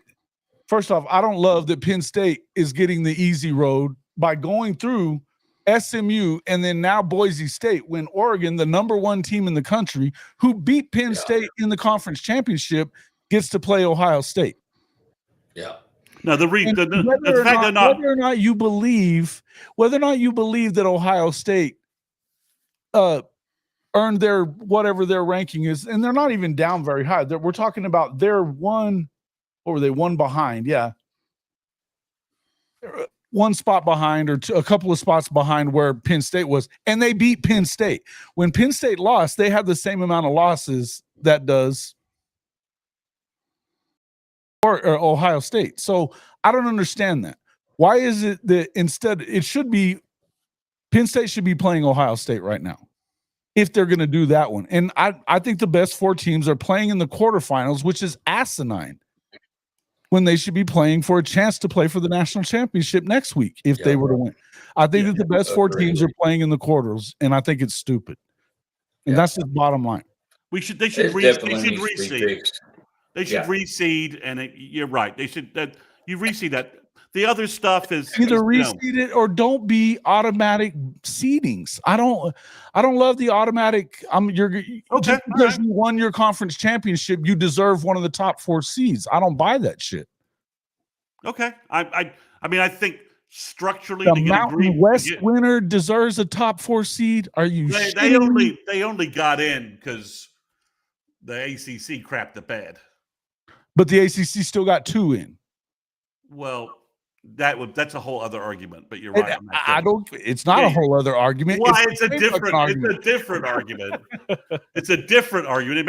You may be just as right, but it's a different argument. Yeah, they've got to do something with it because there's no. I mean, listen, I'm not going to sit here and tell you that you have to completely blow the whole thing up. I'm telling you, there's some things you need to have happen in this ridiculousness that Texas and Penn State get the easier path to the semifinals than the number one team in the country that's undefeated is stupidity. Yeah. So someone on the chat was asking about Zach Alley going to West Virginia. I can't guarantee you lockdown from some source, but everything I'm hearing is that there's nothing to that. Nothing to it. I mean, I get it. Yeah. And let's be honest, there's a rule of thumb in coaching about coaches leaving places. You always hear the news from the place they're leaving from, not the place they're going to. When someone in the Oklahoma media says Zach Alley's going to West Virginia, then worry. But if some weird West Virginia site called the Voice of Morgantown says it, don't listen to it. It's no. And all right, I agree with you. And like the whole. Somebody that I know out of the West Virginia space was asking me the other day, and I was like, look, man, think about this for a second. I understand that they're connecting him with Rich Rod because he coached under Rich Rod for a couple of years at Jacksonville State. Okay, great. Good for you. He coached for 7 years under Brent Venables, and Brent sent him out there to get, his chops about him and get his opportunities, and then brought him back. It's like a dad to him. If you think that, why would you take a step down and go to lateral backwards? It's backwards, not lateral. What title? It's lateral. Backwards. I was trying to be nice. Well, actually, let me offend another fan base. I'm not even hating on West Virginia. I'm telling you, if you're going backwards to West Virginia, who's in the Big 12, and you've got one of the top defenses in the SEC, it's easy for Oklahoma to say, okay, well, returning defense too. You got all these guys coming back. No, that's what I'm saying. You have an opportunity to really, now it goes on your resume as of right now. When you leave, they're going to be like, well, Venables really is the one that did it anyway. You got to deal with what he brought in. He hasn't recruited anything yet. And I'm not even bad mouthing Zach Alley. What I'm saying is it's a bad move on his part. It would be a terrible move on his part. Yes. It's just not the move that you can make. Right. So if something smells this bad, as a rumor, it's because it's bad, right? It's not happening. But I saw somebody post it, so I thought we should at least mention and address. I don't believe Zach Alley is heading on there for the last 30 minutes. We've heard it 3 times. So I can't believe Zach Alley. Nothing I hear, none of my sources, and Jason will let you know. I'm not faking here. I'm not faking it here. I'm not faking it here, guys. I'm glad you brought it up. I'm glad you talked about it because I wanted you to see that and talk about it. I just, my sources are saying not happening. So, and if you guys question that, then you've not been on the Chris pod where I told you Buckle was coming and I told you material was coming. So, well, there it is. So, Chris, curious question. Yeah. Why do you call him Buckle? Because on my phone, whenever I try and type a text message, it won't let me put Arbuckle and it keeps auto-correcting it. So because I'm trying to type to Chris and Jason that I heard Arbuckle was coming. And every time I typed it, put the R in front of it. Every time I put Arbuckle, it auto-corrected back to Buckle. So I'm like, screw it. I'm just gonna steer into the curve and call him Buckle. Yeah. I love it. I'm like, after I did it 3 times, I'm like, screw it, Buckle's coming. They'll figure out I mean Arbuckle. They're not gonna be like. I think that's kind of a nickname anyway, though. It's not the first place I've heard it from. No, it's not like I've just made this up. It's out there. So I didn't go like Buck. That's hilarious. I didn't go Buck or anything like that. But I mean, I think it's that's funny. That's funny. So, but yeah, I don't see why Alley would be leaving this defense to go to West Virginia. Ain't happening. Ain't happening. So at least that's what my sources say. But the voice of Morgantown. Okay, all right. It's not exactly it's not exactly ESPN is reporting, or anything like that. Right. And I agree. Do we have a Wazoo guy in here that just hit us? Yeah, man. He's in his feels a little bit. I understand. Listen, you're right. You are right. These guys have every reason to be in there. Everybody from West Virginia, from Washington State and Oregon State, for that matter, they took it. It's been screwed. The whole Pac-12. They got screwed with their pants on. Let's just call it what it was. Screwed them, and it's not fair what's happened to them. I hate it for them, and this is the part that we can sit here as Oklahoma fans, a Notre Dame fan, whatever, and sit here and say all this shit that we want to. In the end, do I love where college football is heading, and do I love that you're seeing, and you're probably going to see more of this too, where you're rendering these programs irrelevant? No, I don't love it. I don't. What I also would say though is that the Pac-12 did you no favors. No, just stabbed in the back. I mean, it was No, the Pac-12 is a bunch of bullshitters. George Kliavkoff and all those the presidents of those universities are the ones that screwed them. It wasn't that you can say the Big Ten. Then they go after the Big 12, which is funny to me. Whenever the Big Ten is the one that really stuck the knife in their back. Yeah, they did. So it is what it is, man. But it's a shame that it's gone like that. It's a shame that you had 2 really bad people in charge of the Pac-12 in its business, and then you had a bunch of stuck-up presidents that didn't realize that they needed to go ahead and take that deal and merge with the damn Big 12 whenever they had the opportunity to do so. All right, Jason, I got to bounce, so I'm going to give you my defensive and offensive MVP for the Navy game. Give it to me. Defensive MVP is Kobe McKenzie with a Dunny Statsman like 18 tackles, 4 for loss, Just the big Right. dog Yeah, in the big dog in the middle, just smacking guys left and right. I love it. And my offensive MVP gonna go. I think our fan base is gonna be a little bit in love with Mikey Hawkins after tomorrow night. They're gonna be like, "Whoa, what have we got with this guy?" Yeah. Yes, Baker Mayfield did call your. He did. He did Yeah. call. He did call. Batier in an interview with Oklahoma media said that. He didn't answer the phone even. Yeah. Yeah, he didn't know who it was, Baker. He had to call back. But and it's also true. It's also true. Tom Brady called from North Carolina, so I don't know what the hell that's about, but that's also true. I had no idea. Yeah. Wow. So, all right, Jason. Thanks a lot, man. Talk to you later. Appreciate you coming on, Chris. Have these arguments See you, again a little later. Coach, nice meeting you. Great talking to you. Great meeting you, Chris. Hope you're. I don't usually vote. You don't usually pull for Notre Dame because that whole winning streak problem in the 50s we had with you guys. But if you take out UGA, I think if you take out UGA, it'd be a much more interesting college football world. Absolutely. Thank you, Chris. Bye-bye. Have a good one. Appreciate you. Sooners 360s, Chris Mason on the show. Thank you guys. Thanks for coming in, Chris. We appreciate you. How much influence will Arbuckle have on the game plan? That's what we were talking about to start with. Now, Chris Mason doesn't believe that there's a lot. I think that what I saw on like Teddy and Gabe made me feel like maybe that's not the case because they kept talking about this and that, and he's been working with the quarterback. He's the quarterback that's going to play has been working with him, and he's seeing what he's good at and what he isn't. I feel like it makes sense to do that.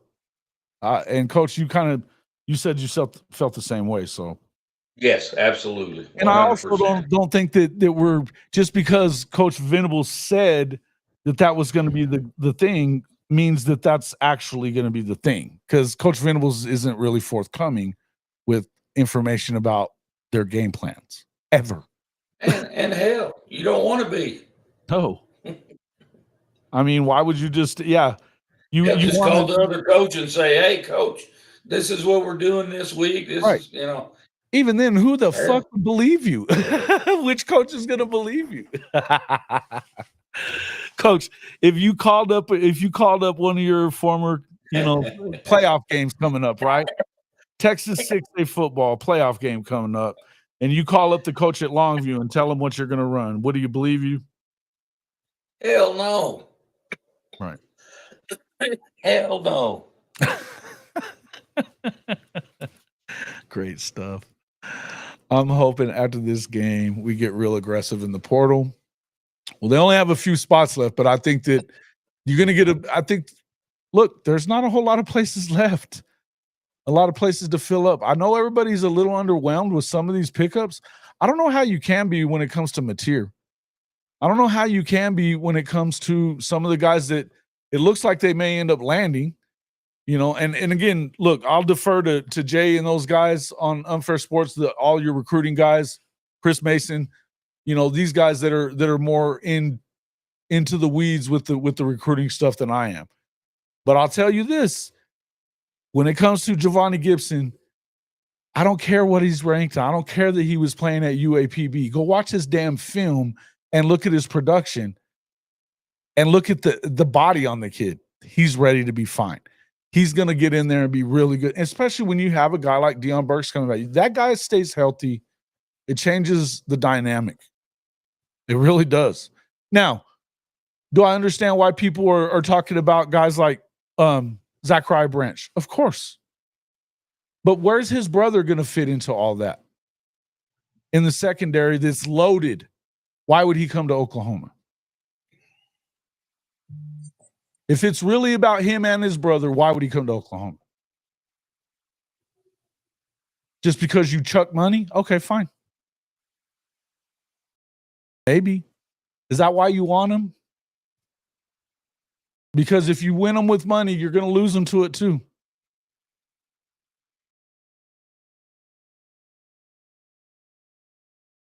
I think it should happen. I think that's what we were getting at earlier. Yeah. Yeah. I think that they should implement the portal after the bowl games, after the playoffs over with. Well, it just puts people at a disadvantage. Well, and I hate it because it gets people pissy at players Yeah, when they're just exactly. going by the rules that were laid in front of them. Pisses me off. Well, I'm interested to see with Notre Dame is out of the playoff. I'm interested to see what players transfer into the portal out of Notre Dame. Who do you think might? Who are they Because talking we've about? had none. You don't know I so tell you far. what, Yeah. I truly think, I mean, the noise and the rumblings are in the quarterback room. That makes sense. And Whoever's not going to win the job or whatever, and if they're going to go Yeah. after somebody in the portal. well, and the rumblings right now are that we may go out after another starting quarterback. I heard that too. So I don't know that, Quinn Ewers. Oh God, please no, please no. I keep hearing him. I keep hearing him to Ohio State again. I hope we're smarter than that. No. But anyway, we'll see. But it's just interesting to me. We need to all be having the same opportunity at the portal all at the same time, because you can't be preparing for a playoff game and Yeah. messing with the portal the way you need to. I mean, I know it's still going on because you have other staff that that are involved in that heavily. Sure. But you still, that just takes away from what you're trying to prepare for. Yeah. I think people are most worried about FCS to SEC jumping most of the portal players. Well, I mean, I get it, but except that you're not worried, but we're not worried about Zachariah Branch, who hasn't, listen, if he's really good as a receiver, why isn't Lincoln playing him there?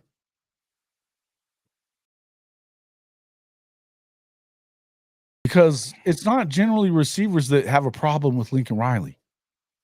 Oh. So I struggle to understand the logic sometimes. And I think it's what the truth is that what was he coming out of high school? Because I don't really know. I'll tell you, I don't really know. I know the reason he wasn't a Division I player right out of the box is because of it was personal problems or, behavior problem type of stuff that was going around about him. It had nothing to do with talent. It had everything to do with that he was running around with the wrong crowd. So he would have already been not an FCS player. And he wasn't even at the FCS level his first year. He dominated in his first stop. Then he went and dominated on a terrible UAPB team. And he may not have gotten offers from every SEC school. Every SEC school contacted him. Every one of them. Okay. You know that. Okay. Fine. What does that have to do with it, though?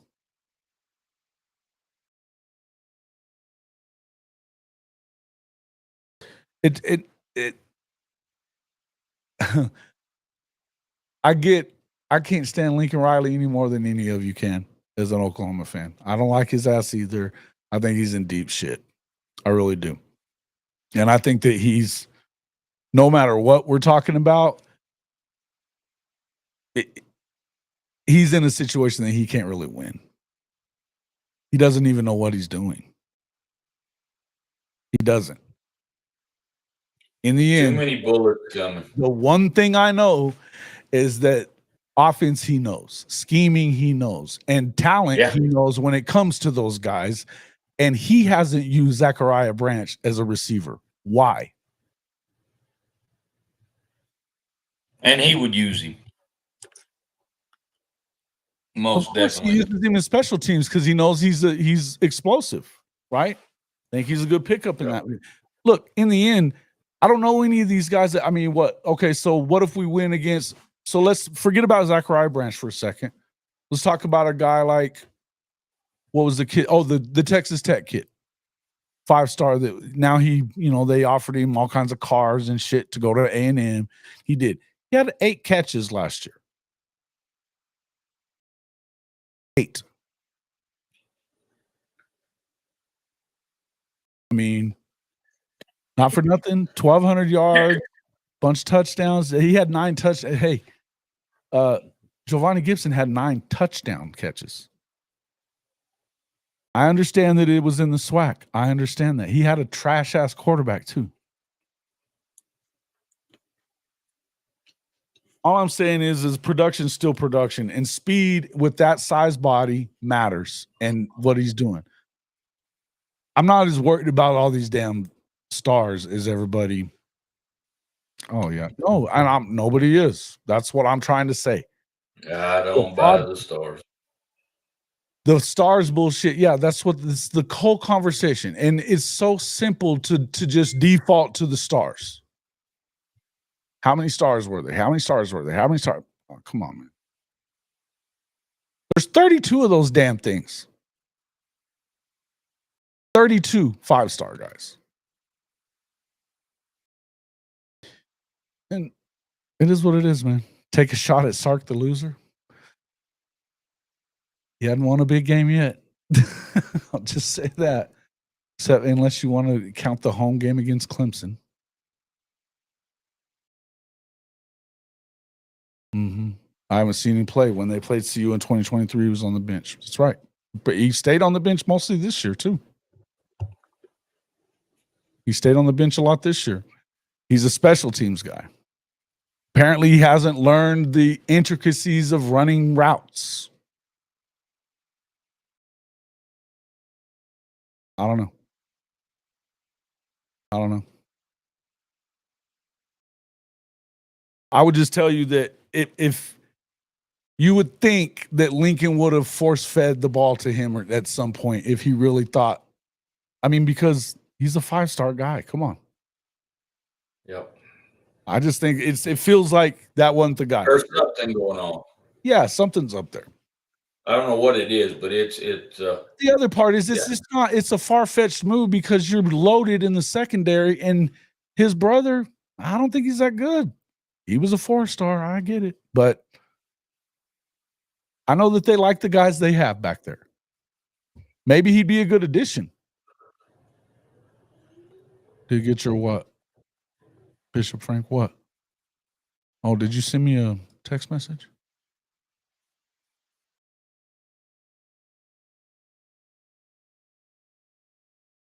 Check in with Coach Roybal. What about him? We're about to jump out of here, Bishop Frank. So we'll catch you. We'll do it on the next one or game, the post game or whatever tomorrow. We'll figure it out. So I'm actually glad we don't play OU next year. I'll watch the film of your wide receiver, pick up some material, and if you keep the defense, OU will be scary good. I've been saying the same thing, but I think that, and I believe that these guys, these wide receiver guys that they got, again, I really like Burks, and I like these young guys. I think that a lot of people have been talking about, and I think it was Chris Mason was saying the other day that a lot of people were expecting a lot out of Zion Kearney next year. I think a lot of Zion Kearney. I've heard Alabama guys talking about Zion Kearney. Zion Reagans is really good. I also think that a guy like Ivan Carrion at 6'6" is big. I think when Jaden Gibson comes back, he was turning into the guy that we expected him to at 6'6". Then you got Burks, and there's a lot of young talent. I mean, the freshman kid coming out of ET, guys, think about it. There's a couple of kids that are big time. So I'm not worried about, again, I'll say this again. I know that I have to say it a little less loud this year. I'm not worried about Oklahoma on offense. I'm less worried about Oklahoma on offense. I really am. And I think that they probably hit a home run with Giovanni Gibson.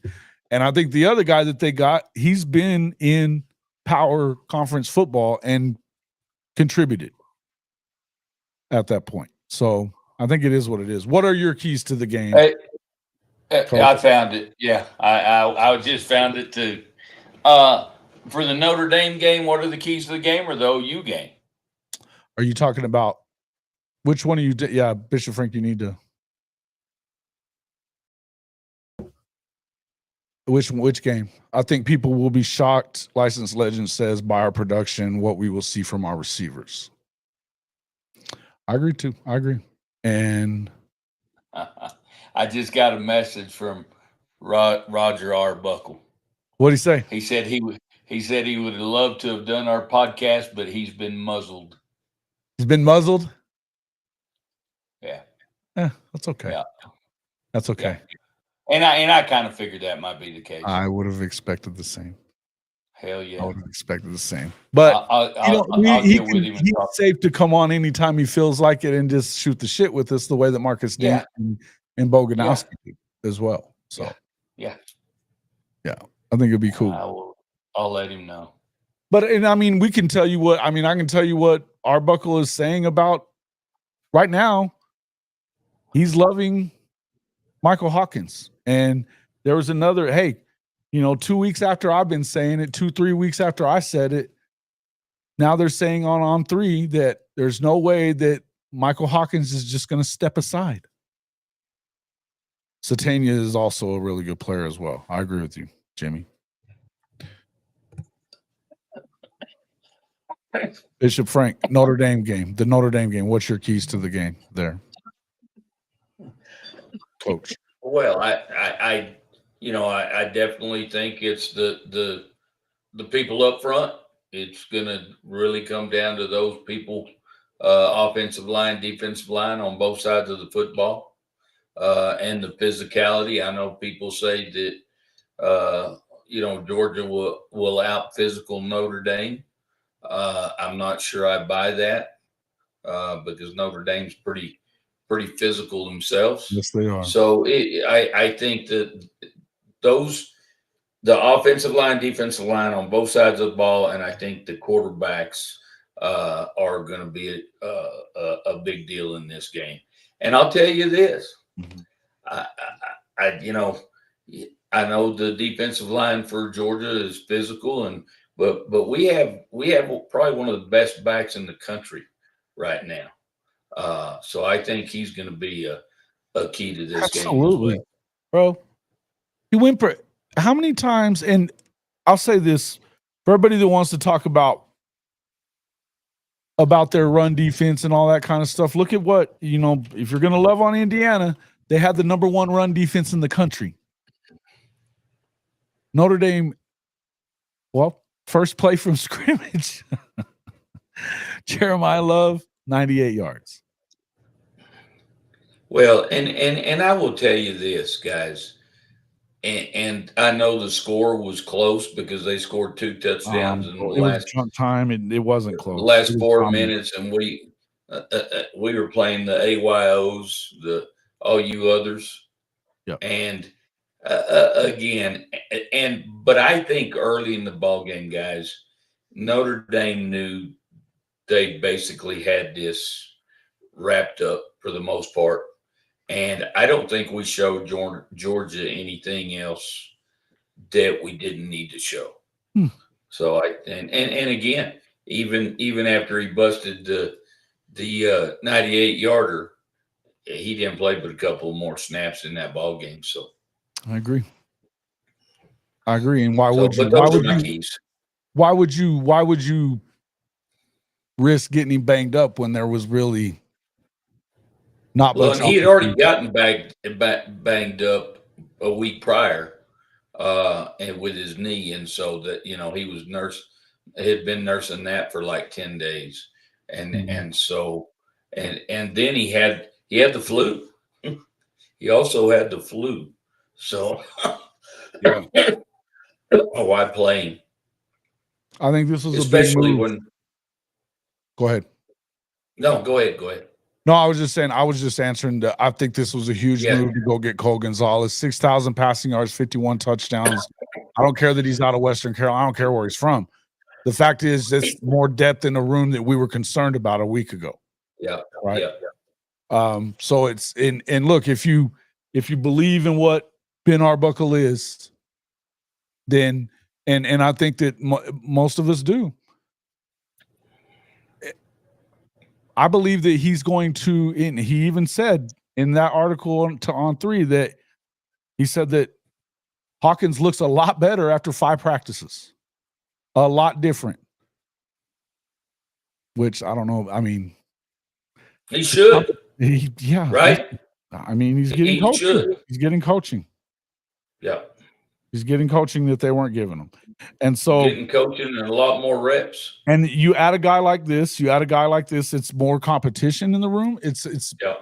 If somebody does go down, you've got a guy with experience. It's obviously not SEC experience, but it's experience.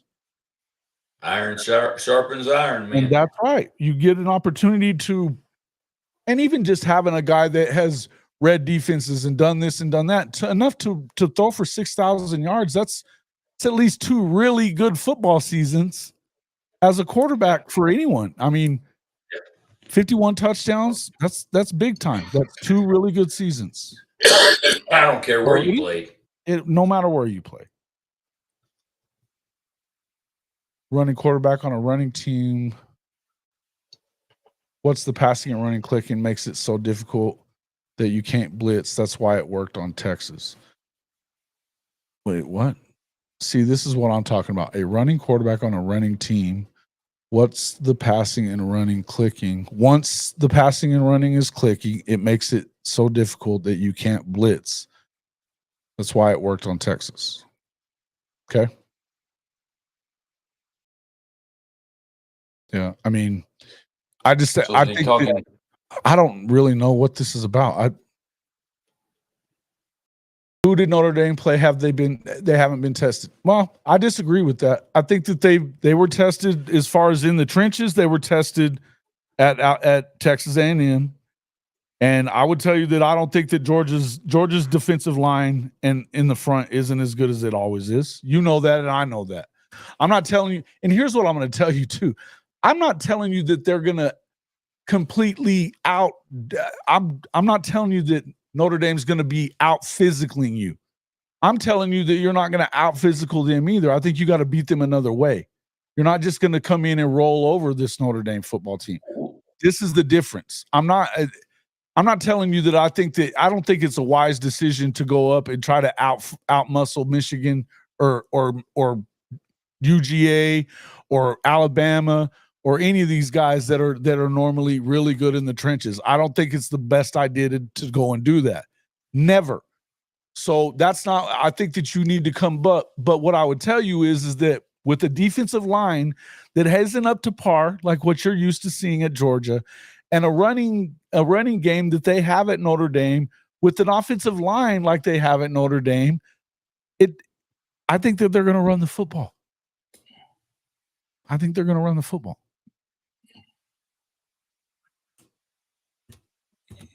That's all I'm saying.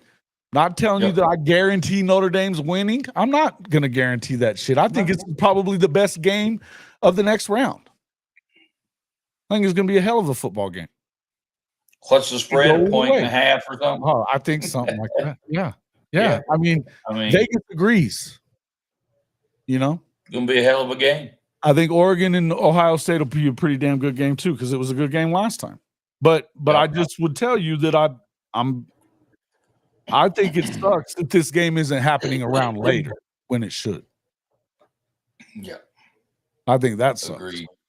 Because I think that it's easy to just dismiss these guys. It's easy to just dismiss Notre Dame and say NIU, because I mean, there's no hiding from that. I don't think that Marcus Freeman's tried to hide from it. I don't think that you've tried to hide from it. No. They kicked our ass. It is what it is. You lost the damn football game. I'll tell you this. It's the worst loss of the 2024 football season of any team. Plain and simple. But we're not arguable. I don't even know that you can argue that. I agree. We are not playing the second week of the season again. Mm-hmm. and we have had a steady climb of improvement.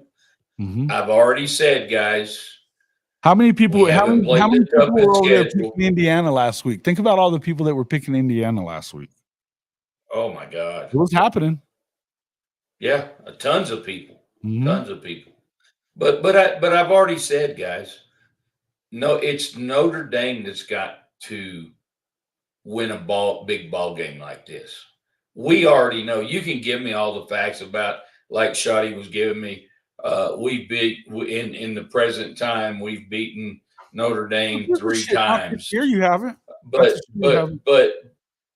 we're playing on January 1st. Mhm. And you know what? It's 0-0 as far as the wins and losses.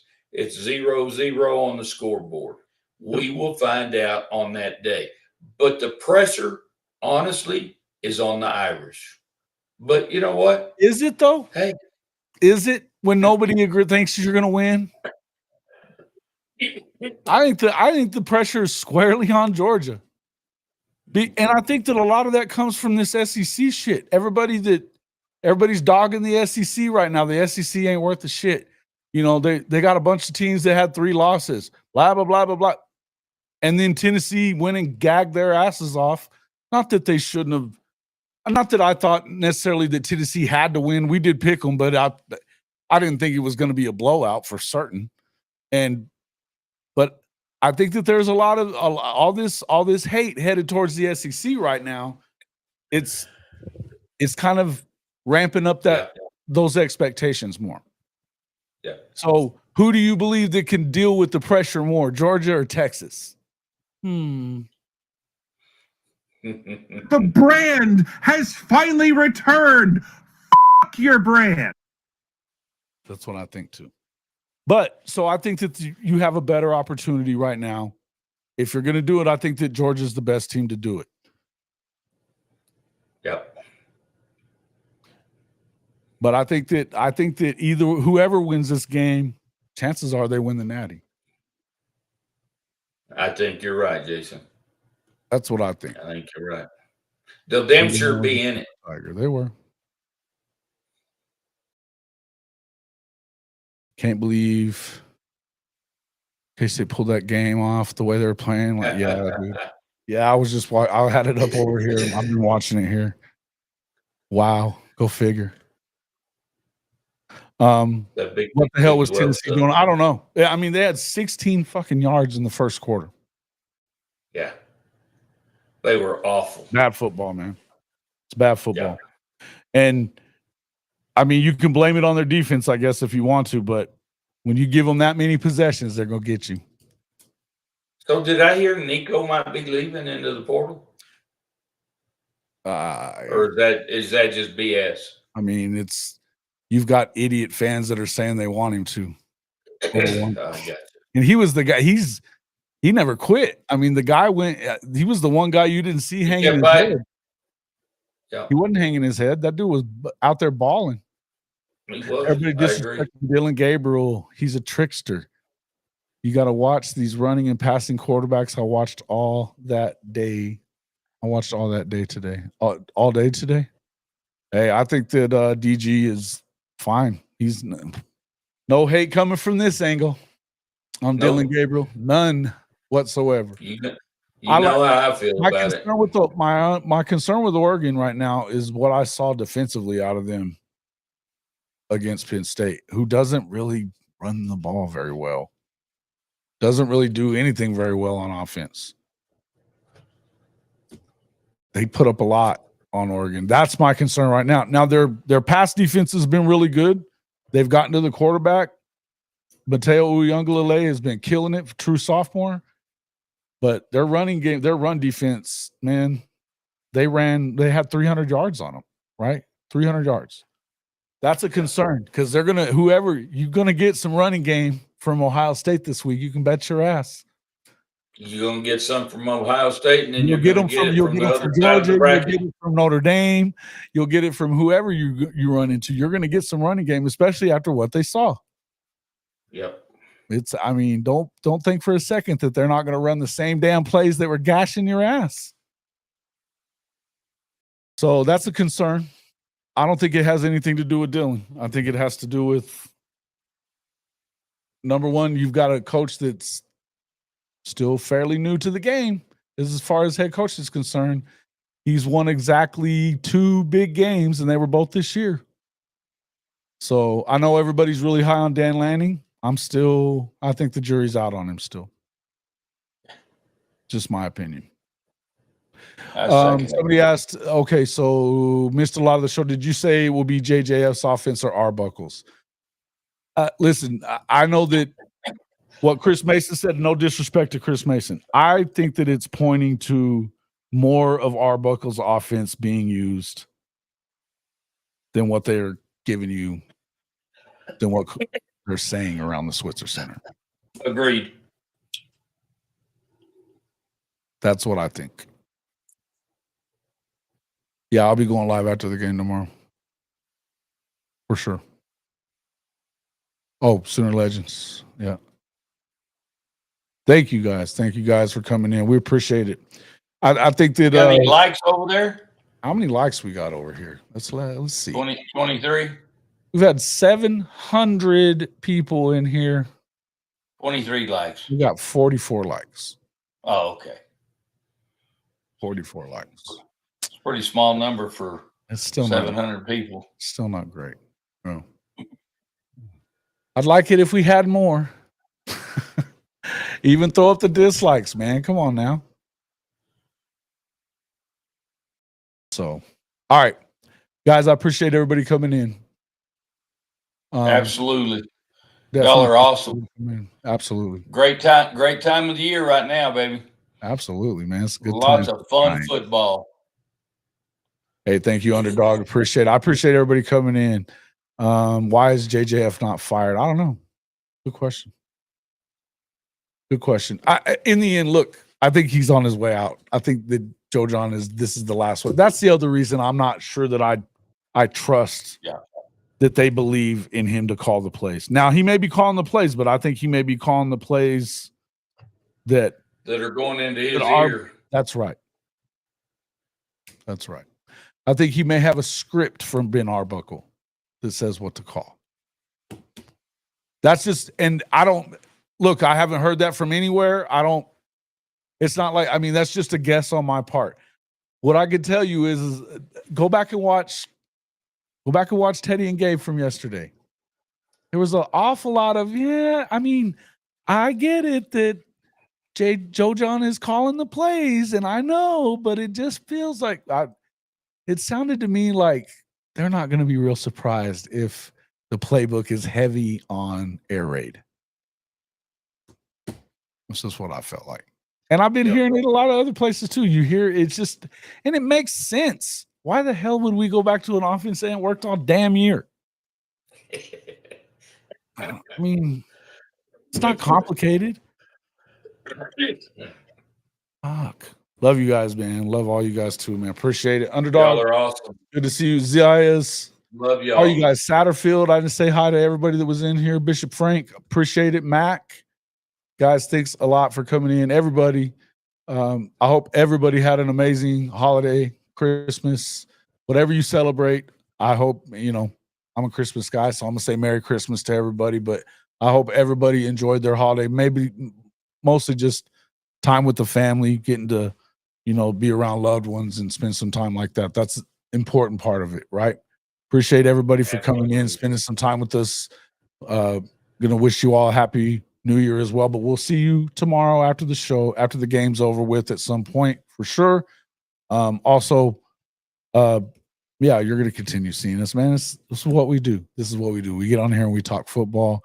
We'll definitely be getting ready for the Notre Dame Georgia game. We'll break it down a little bit more as we go along.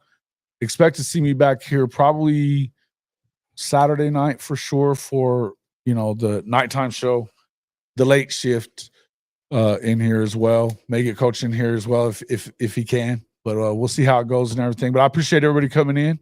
Shout out to you guys. I appreciate you. Shout out. Oh yeah, man. No worries, man. I appreciate all you guys, man. I had to shout you all out. Shout it out to everybody that means something to me in that Merry Christmas last night. So and I also thank you, Jason. You're too kind. And All love. you know what, we've been doing this 2 years now, and you asked me to do this. I was unsure, but I've got to tell you, I loved every second of it. So thank you for the So have I, opportunity. Coach. So have I, man. I hope we continue doing this and continue moving forward, which we plan to do. We talked a little bit about this earlier, but guys, there's a lot of stuff coming. You know, 2025, I told Coach earlier today, it's a big year for us. Things are going to change, and there's going to be a lot of new things that are coming. We're working towards that. I felt like that was coming this year. It didn't. But I tell you what, that didn't do anything but make me hungrier. It made me hungrier.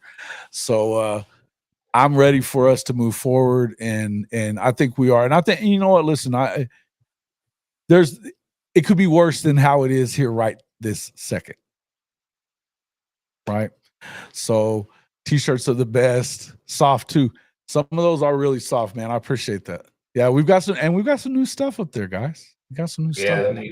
I need to jump in there and get some stuff. Coach, I have a couple of links I need to send you because we got a couple of things for you already. So, but yeah, make sure you guys get in there and check out some of the new gear that's in there. You know, we've got some pretty cool stuff. In fact, I got one that you guys might like. Let me just share this real quick. I'll give you a little sneak peek. The FYB Jason Watkins shirt. I love it. So yeah, FYB, you know, if you know, you know. If you know, you know. Okay. So appreciate everybody coming in. Love all you guys. We will see you guys tomorrow on the next one.